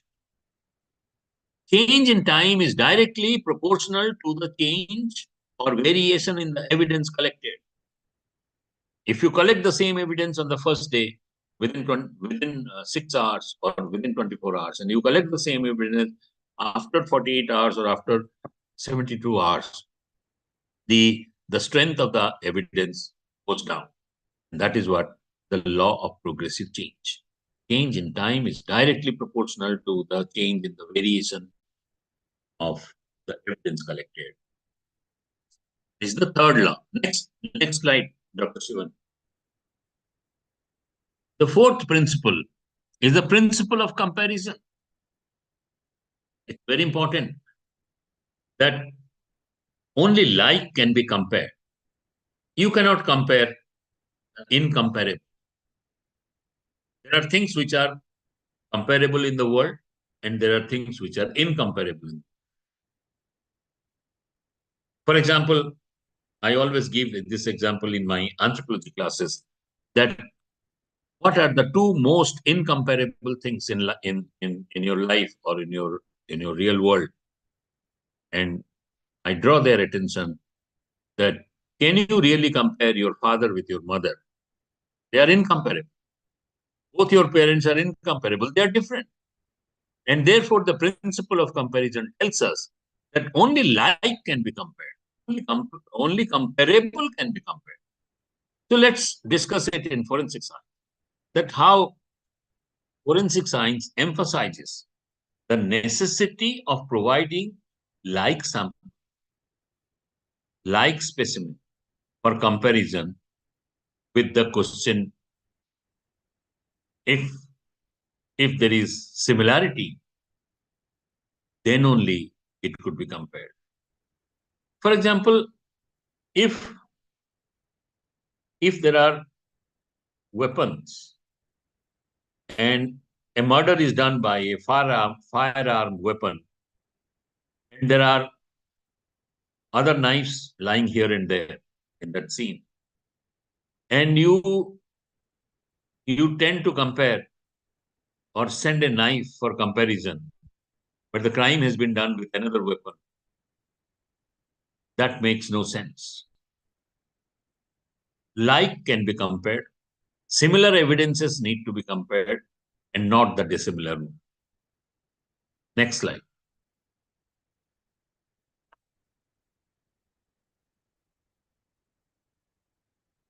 The principle of analysis.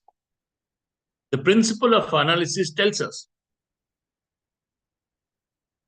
that there can be no better analysis than the sample analyzed. It's very, very tricky. It's very, very tricky in the sense, the principle of analysis tells us that it is highly important to collect correct sampling, correct packing for the effective use of experts. Many things may be lost if the packing is not done properly. Many things may be lost if the transport is not done properly. And therefore, please pay attention once more to the principle. What I'm trying to say is, there can be no better analysis than the sample analyzed. Sample has to be correct. Sample has to be intact. The sample has to retain its own identity so that it could be effectively analyzed by the expert. Otherwise, it makes no sense. Principle of analysis. As an expert, as a forensic expert, you may say that you have received something in the name of sample. And if you have received something in the name of sample, then the strength of the analysis goes down. For example, the blood drops found in two sites at the same scene may not belong to one person.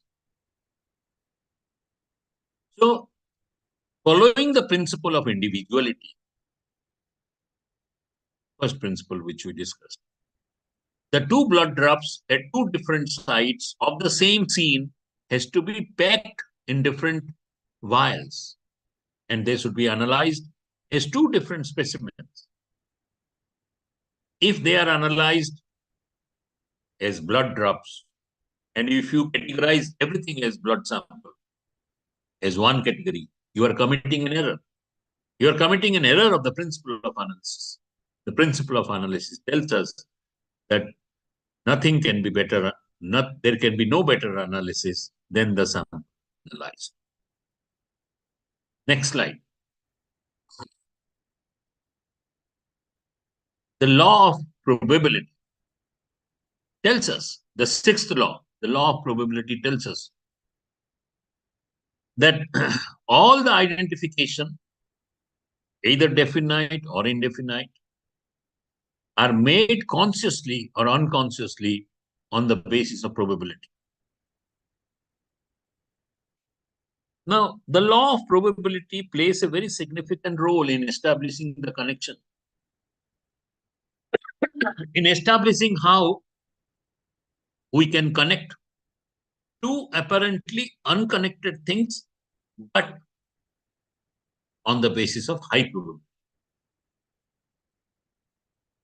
I repeat, all the identification, whether it is definite identification or indefinite identification, whether it is made consciously or unconsciously, they are based on the law of probability. Let's discuss an example.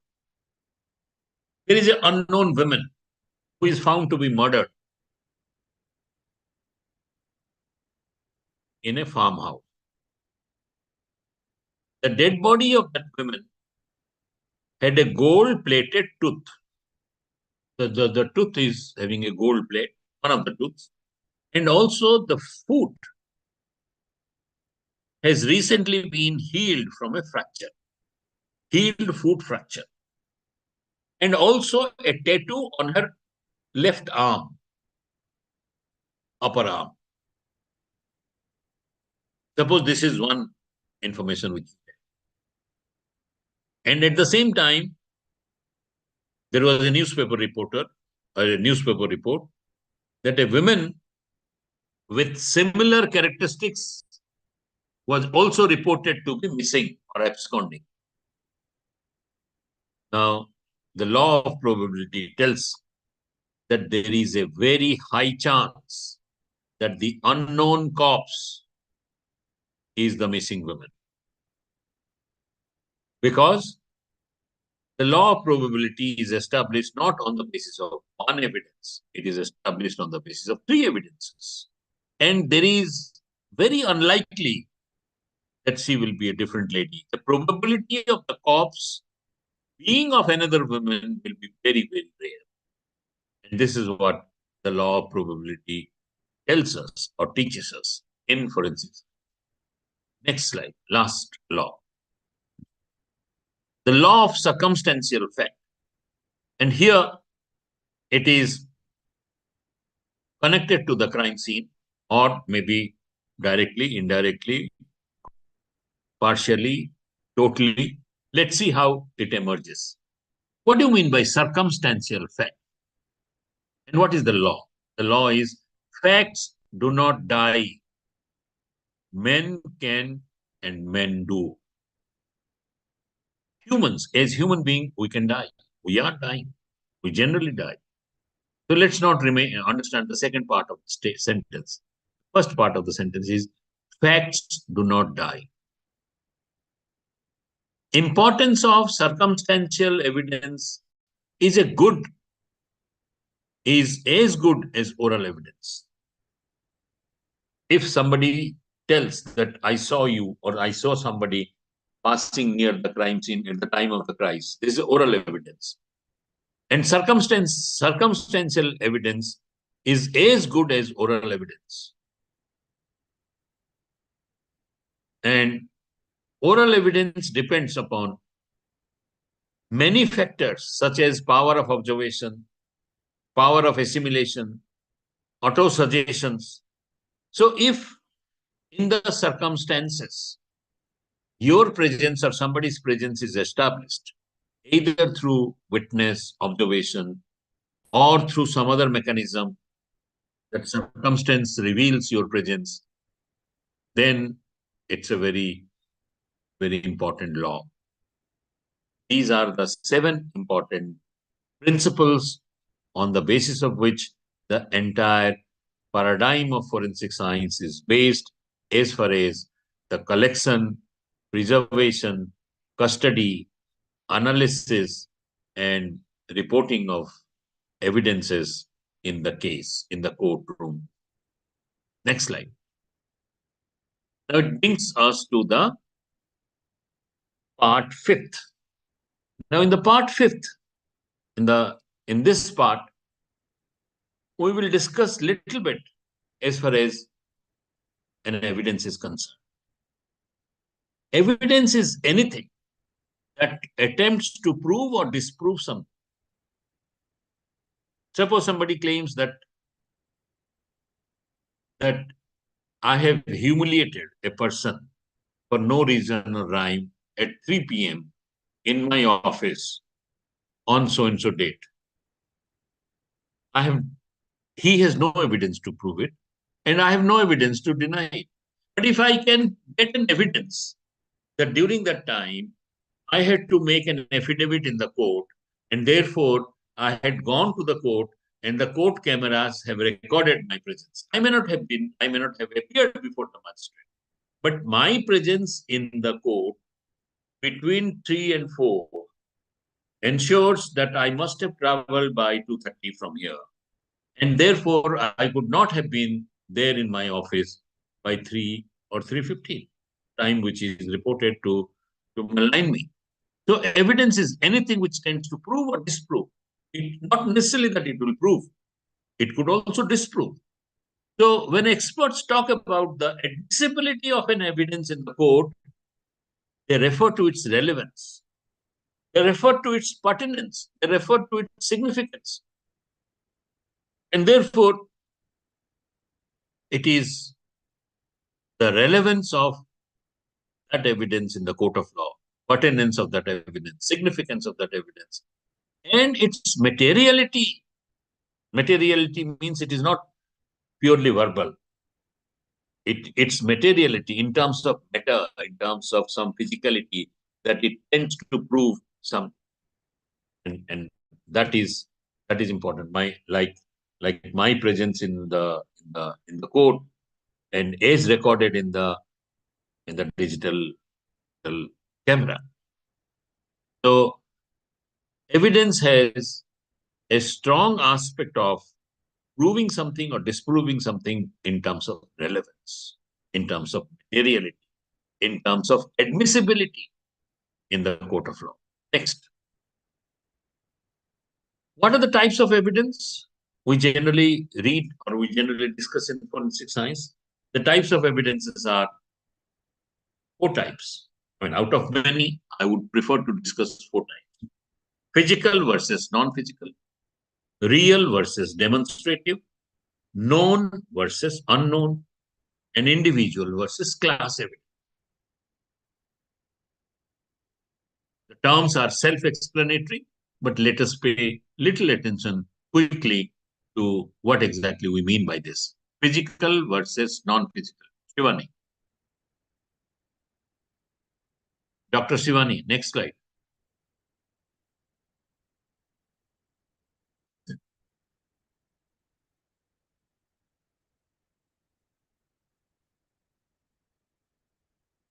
Dr. Shivani, can you go to the next slide? Sir, just give me a second, please. I'm just...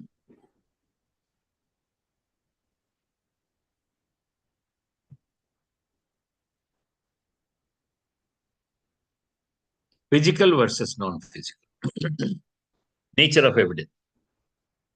Now, under this category, physical, fingerprints, imprints, such as fingerprints, footprints, shoe prints, tire prints, glass, hair, fibers, cloth fibers, documents like financial, identification documents, currency, body, corpse, biological fluids, blood, semen, saliva, chemicals, substance, drug, etc. They are all physical. What are the non-physical? Verbal testimony or actions, verbal report of the actions. This is physical versus non-physical evidence. Next. Dr. Shivani, next.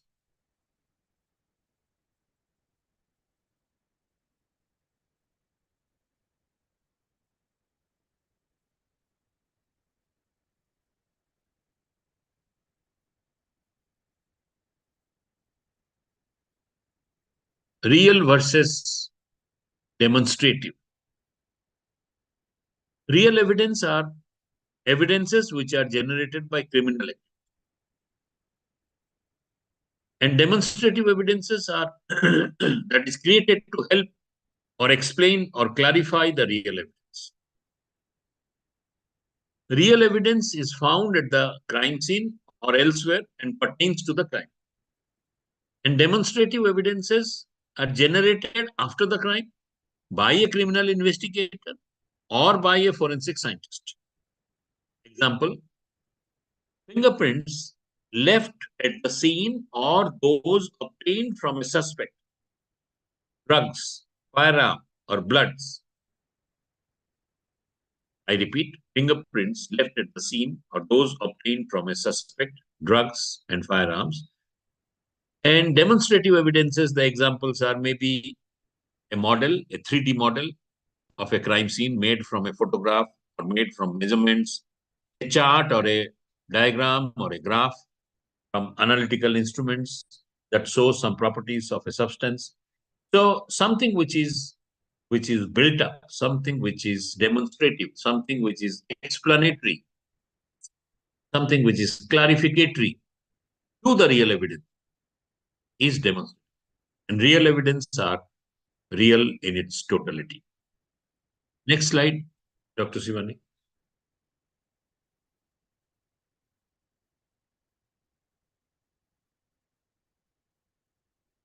Next slide.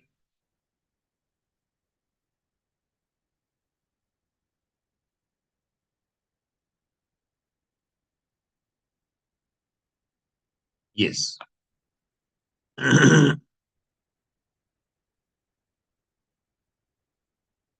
No, go to the previous slide. Previous, before this. Known versus unknown. Most important questions that we generally ask about the evidence.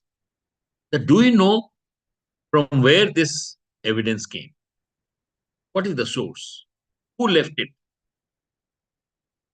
The evidence whose sources are known as known evidence.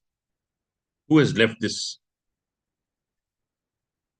And unknown evidences refer to the evidences at crime scene whose source we are not very sure. We are not aware. A bullet has been found in the body of the victim. Murder has taken place. But who has fired it, we do not know. So the source of evidence could be known or unknown. And this is the most important question which forensic scientists they ask about the evidence at the crime scene, that from where these evidence has come, who has created it, who has left it, what is the source? And the evidences whose sources are not known are unknown evidences. Sources are known evidences. Next slide, please, Giovanni. The last type, individual versus class evidence. Some of the evidences by the forensic scientists are regarded as individual evidences. Let's say, for example, evidences that could have arisen only from one source. Fingerprint, one source. That could be testified in the court that the fingerprint was found on an object, definitely that came from a particular individual, particular suspect. These are the characteristics of each fingerprints on each person that make the print unique. All fingerprints are measurably, demonstratively unique. Therefore, it is an individual evidence. One individual have demonstratively established similar fingerprints, measurably established uniqueness of the fingerprints, and each fingerprints is similar wherever they are found in the crime scene. Therefore, fingerprint examines, and they often testify in the court that they are found on an object definitely came from a particular source, particular suspect, individual evidence. What about the class evidence? Class evidence tells us that there could have been number of sources. There could have been many people involved. And in most cases, the number of possible sources is unknown. In class evidence, there could have been number of sources, and these number of sources generally create confusion because the source is unknown. For example, the fiber experts, if they are testifying in the court that blue denim fiber found at the murder scene could have come from the trouser owned by the suspect. Fiber in a given pair of trousers are not unique. And therefore, mass production of the same blue denims makes it denim is made by the class, or it is made a class evidence. Go to the next slide, Dr. Shivani.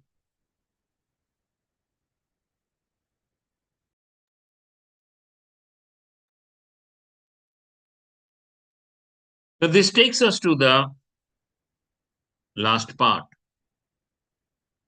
is regarding the significance of forensic science.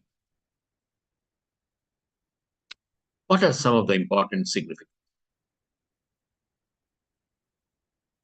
Forensic science has emerged as a very important domain of knowledge with special reference to technology and protocol for crime detection and crime examination, and crime assertion. I would repeat by saying that the use of forensic science technology and forensic science procedures have become increasingly important in solving the crimes. And that is why Government of India, as late as 2020, was able to establish or decided to establish a National Forensic Science University, because it is high time that the rate of conviction and the rate of crime detection is maintained at a very desirable and satisfactory level. So forensic science, technology, and procedure has come up as an important domain of expertise, resulting in solving them. The judicial system is becoming modernized, getting more and more input from forensic science, getting more and more insights from the science. The judicial system is informed, is better informed scientifically about the behavior of the crime and criminal.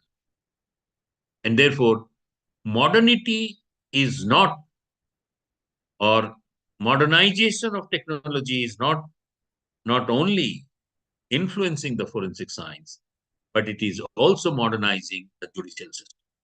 Forensic technology plays an important role in modernizing the judicial system.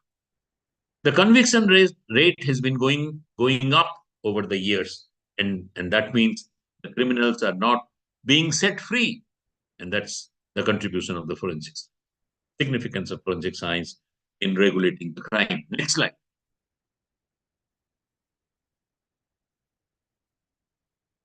Forensic science offers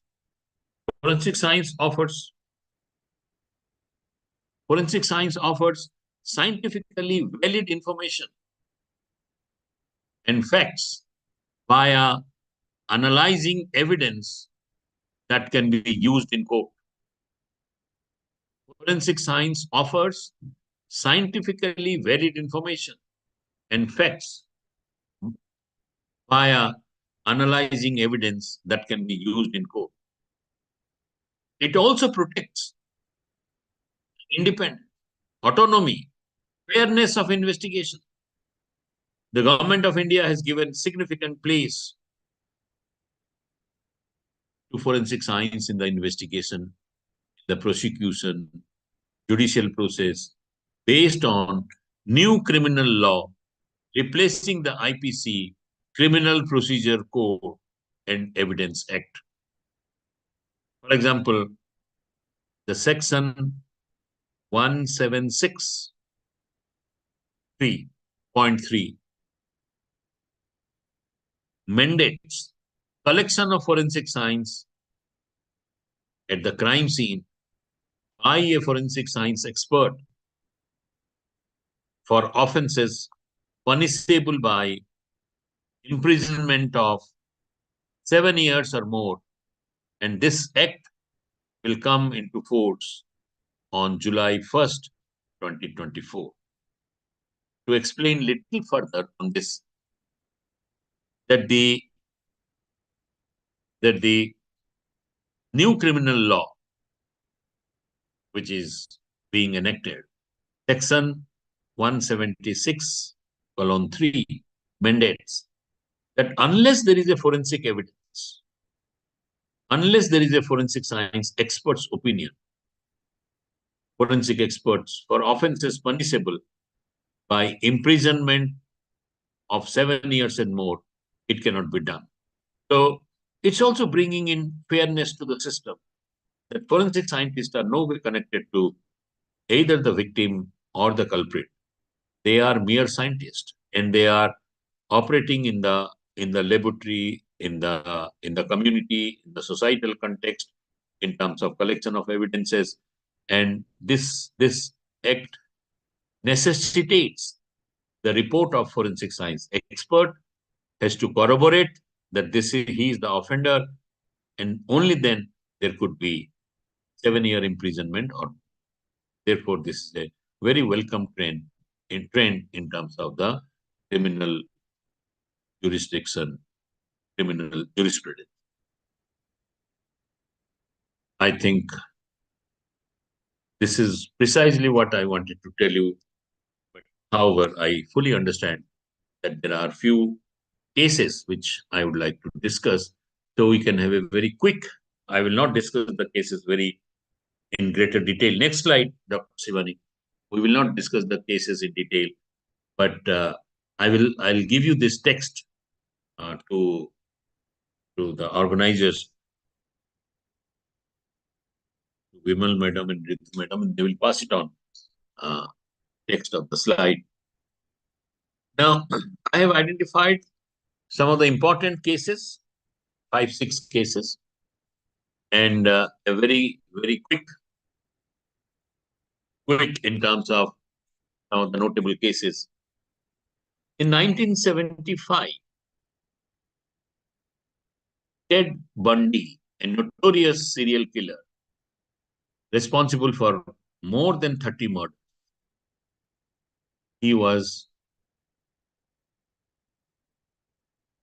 he faced difficulty in connecting physical evidence to his crimes during his arrest in 1975.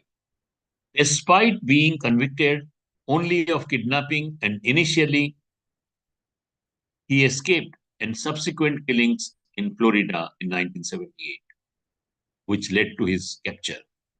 Crucial physical evidence, including a matching bite mark on a victim's buttock and matching fibers, found in his van, secured him conviction for multiple murders. He was executed in it.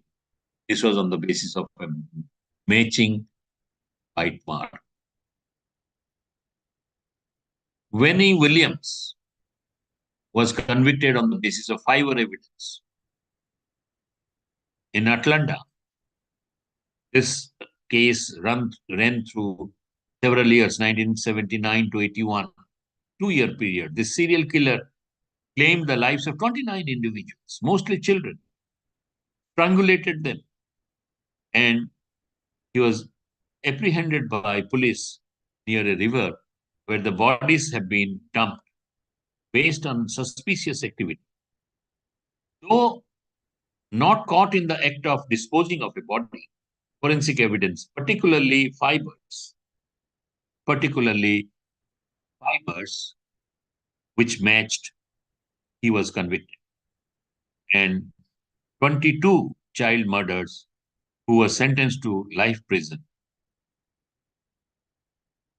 on the basis of fiber evidence. Voice analysis was done for Clifford Irving. And Clifford Irving and Richard Susskind devised a plan to fabricate the autobiography of a billionaire, Howard Hughes. They thought Howard Hughes is a simple person and he will not claim. So they forged the handwriting, the signatures for writing the autobiography. But they were caught because of the voice analysis. Despite fooling a handwriting expert initially, Irving was exposed and confessed before the publication of the autobiography. He served 17 months in prison and Susskind served 5. This was a very important and mind-boggling case. It was filmed into The Hoax 2008. Next slide, the last slide. Dr. Shivani, the last slide. 3 cases, which tells us that Richard Ramirez of USA,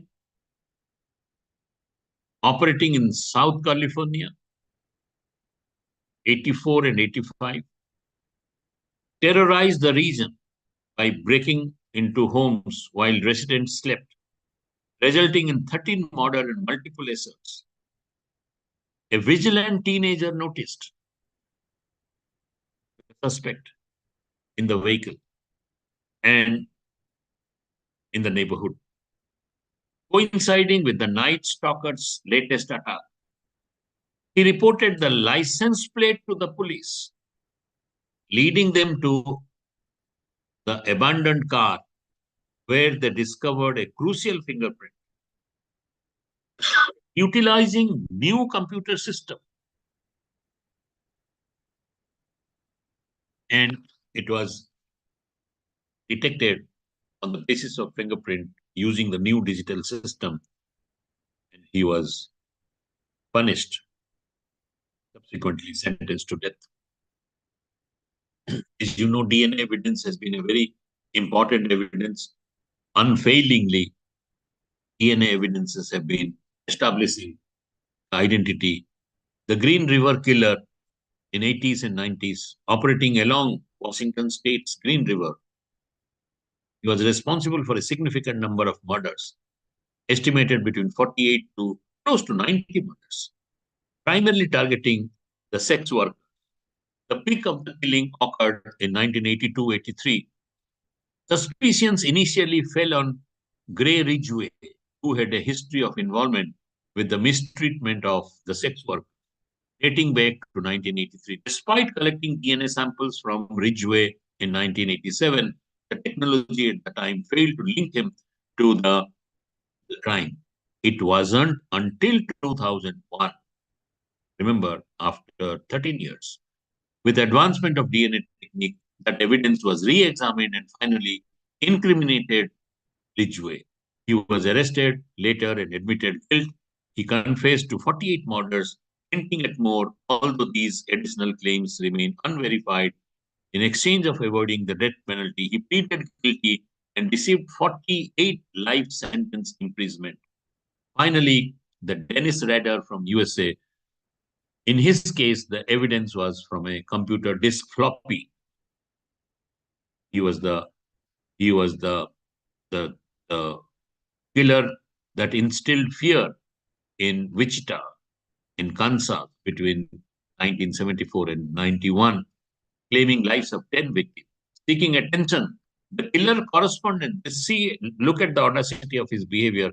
He wanted attention, and therefore the killer correspondent, the local media, taunting the investigator and craving for recognition, he passed a floppy, a disk to the media. And on that basis, evidence in the thing was Dennis Rader was swiftly arrested, and he confessed the crime and received 9 life imprisonment. So what we have done is, from some of the notable evidences, how fingerprint, DNA, floppy, and fiber, and voice, they all are important evidences in the court case and leading to a judgment. So I think we have discussed how forensic science as an interdisciplinary science is based on certain fundamental principles of dealing with evidences, is based on or is informed by certain important path-breaking innovations for enriching investigation and analysis, and how it is making the government, different governments informed, or informing the different governments about the improvised criminal procedure detections, and informing or contributing to modernization of criminal justice system. Thank you very much, and I'm so happy that I could connect to you. Finally, one of the very philosophical statement which comes from the Japanese philosopher Mokokoma Moko no Ama. Very interesting quote with which I'll conclude. Science gave us forensic, and law gave us or detected what is a crime. Thank you.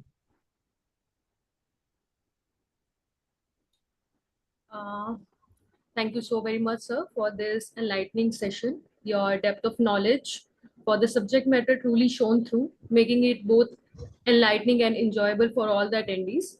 I thank you once again for sharing your expertise with us and for this truly enriching experience. Now I encourage all the participants to kindly put in their questions or queries.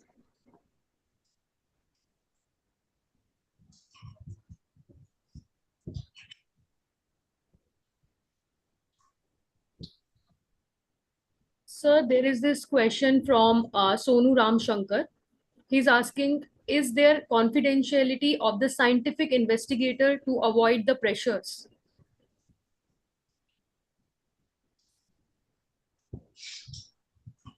Can you repeat the question? Yes, sir. He's asking, is there confidentiality of the scientific investigator to avoid the pressure? See, the point is, we work in a system, and system gives us system gives us definitely protection. And system, say for example, now the pressure may be felt at the top. But if the top is strong, it can withstand the pressure. And the scientists are able to work in a free and fair country. I repeat, 3 sentences will explain this. We work in a system. And when we work in a system, we maintain our objectivity, we maintain our neutrality, we maintain our scientific standard. Standard or scientificness of the report. Sometimes there could be pressure, but I feel that, and not big pressure of official pressure. Pressure could be of anything. Some threatening things may come, some kind of uncalled threat may come from. I'm not talking of the office hierarchy. Here, if we stand as a team, I mean all hierarchy of the office together, then I think we are in a safe place. There cannot be any pressure which can work on us. Okay, thank you, sir. Kiran Sanap is asking to unmute himself. I request that. Yes, ma'am. Thanks, ma'am. Sir, it was a very nice session. Thank you. Sir, there is one query. As you have shown some notable cases, which because of which we could able to reach to the accused, or we can able to caught the accused, right? So there might be some cases because of forensic science which we could have been able to get to the actual person. I mean to say, there might be some misleading evidences or some fake evidences have been created, but we could not able to get to that person. But forensic science might have been able to help us. So how we can able to reach the actual right person, so that the person which has not been involved in the this any victim, we could able to save him from the crime. Is such a kind of cases are there? I think what you are asking is a hypothetical and an imagined case. But I would try to clarify this on the ground, that when a case is being investigated, there is always an objective and a scientific and a well-researched way of finding out or establishing the identity. But if by any reason, if there is an mistaken identity which is established, if there is an attributed identity which is established, then I think the role of forensic scientist is to tell the truth through the experiment, through the objective analysis. And it is through this objective analysis and establishment of truth only that the attributed person or the alleged person will be rescued. The alleged person who is an innocent person, if there has been unnecessarily charges for him or for her, then the role of forensic scientist is to, through evidence, through analysis, through these laws, through these principles, can establish that, but that he is not in no way connected. So that is possible. Why not? Okay, sir. Thanks a lot, sir. There is another question. Yeah, Geeta B. Narula is asking, can you please cite any Indian case? Indian case, there are many. As and when we discuss the courts, through the courts, many of the resource persons will cite many such cases. One such case, I mean, there was also the case of Bhagwan Rajneesh. The signature of Bhagwan Rajneesh was duplicated, and it passed through multiple photocopies. and the investigating agency could detect it, the changes in the character, the changes in the signature, the slight changes. And this is a part of the question document. So we know, and it was established that this was a forged document, and because the claimant were talking about how the dead body of such a famous saint could not be retained even for a few hours. So they were suspecting something. So later on, the case was proved that people were forging the signature. So there are many such cases will come up. Sir, one more question. Sonu Ram Shankar, he wants to ask, on a lighter note, is there any place of detective fiction in learning forensic science? That is what has attracted us from childhood. Oh, then why not? Why not? Because, it's a good question. I appreciate, because fictions are not out of the blue. Fictions have a very strong connection with the society, because many of the fictions are written with social realism as a method of writing fictions. And many of the novelists, what they do is they go to different areas, they stay there to learn their social practices, cultural practices, the way the crime is committed and the way the crime is imagined, and write fictions.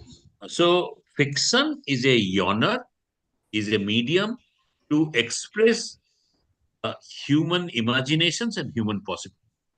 So if you think of, I mean, there are science fictions, there are crime fictions. So I won't say that it is completely disconnected. There are links, but many times they are not understood, they are not explored. Thank you so much, sir.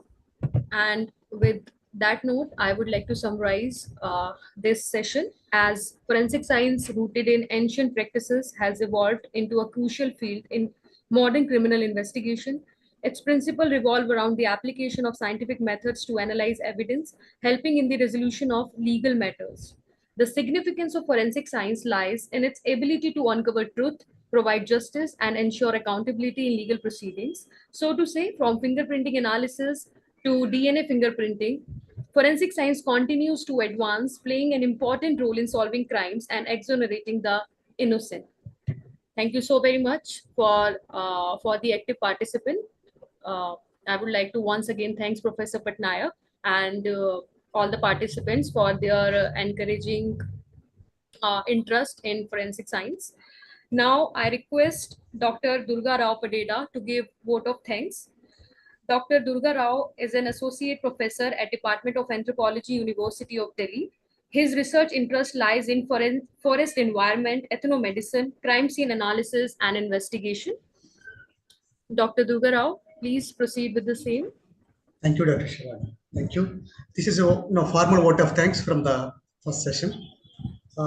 Ladies and gentlemen, on behalf of the organizing committee of UGC Malaviya Mission Teacher Training Center, University of Delhi, I would like to thank distinguished guests of our first session, Professor S.M. Patnaik, Head of the Department of Anthropology, University of Delhi, Professor Vimal Rao, Coordinator Guru Angad Dev, MMTTC at SGTB Khalsa College, University of Delhi, Professor Ravi Toteja, Officiating Principal, Acharya Narendra Dev College, University of Delhi, for gracing us with their presence. I would like to extend a sincere thanks to the core team at University of Delhi, SGTB Khalsa College, University of Delhi, and Acharya Narendra Dev College, University of Delhi. I would like to express my sincere thanks to the organizing committees for their dedication and tireless efforts. I thank all participants for their active participation in this session. I special thanks to technical assistance team of this program. Thank you again. Thank you very much. I am very much thankful to Dr. Shivani Tyagi for accepting, this assignment for all these days. Thank you, Dr. Shivani. And also, I am very much thankful to Speaker Professor S.M. Patnaik, sir. Sir, it was a really nice presentation, informative talk. Participants are very happy with your presentation and with your speech. You have covered you have touched upon all aspects of forensic science, sir. I don't think we have something to discuss in the forthcoming sessions. Thank you all. Thank you very much. Okay. Shivani Chaki, shall we close this session? Yes, sir. Okay. Thank you all. Thank you so much. Thank you. Thank you, sir. Thank you, Professor Rao. Thank you very much, sir. Thank you. All because of sir, we are Thanks to all the participants for listening very patiently and asking very interesting questions. Thank you, Shivani. Thank you, sir. Thank you, Thank Shivani. you, everyone. Just to remind the participants, we'll be logging in at 4 o'clock on Monday now for the next session. Thank you. Thank you, Thank you, Ritu sir. ma'am. Thank you. Thank you.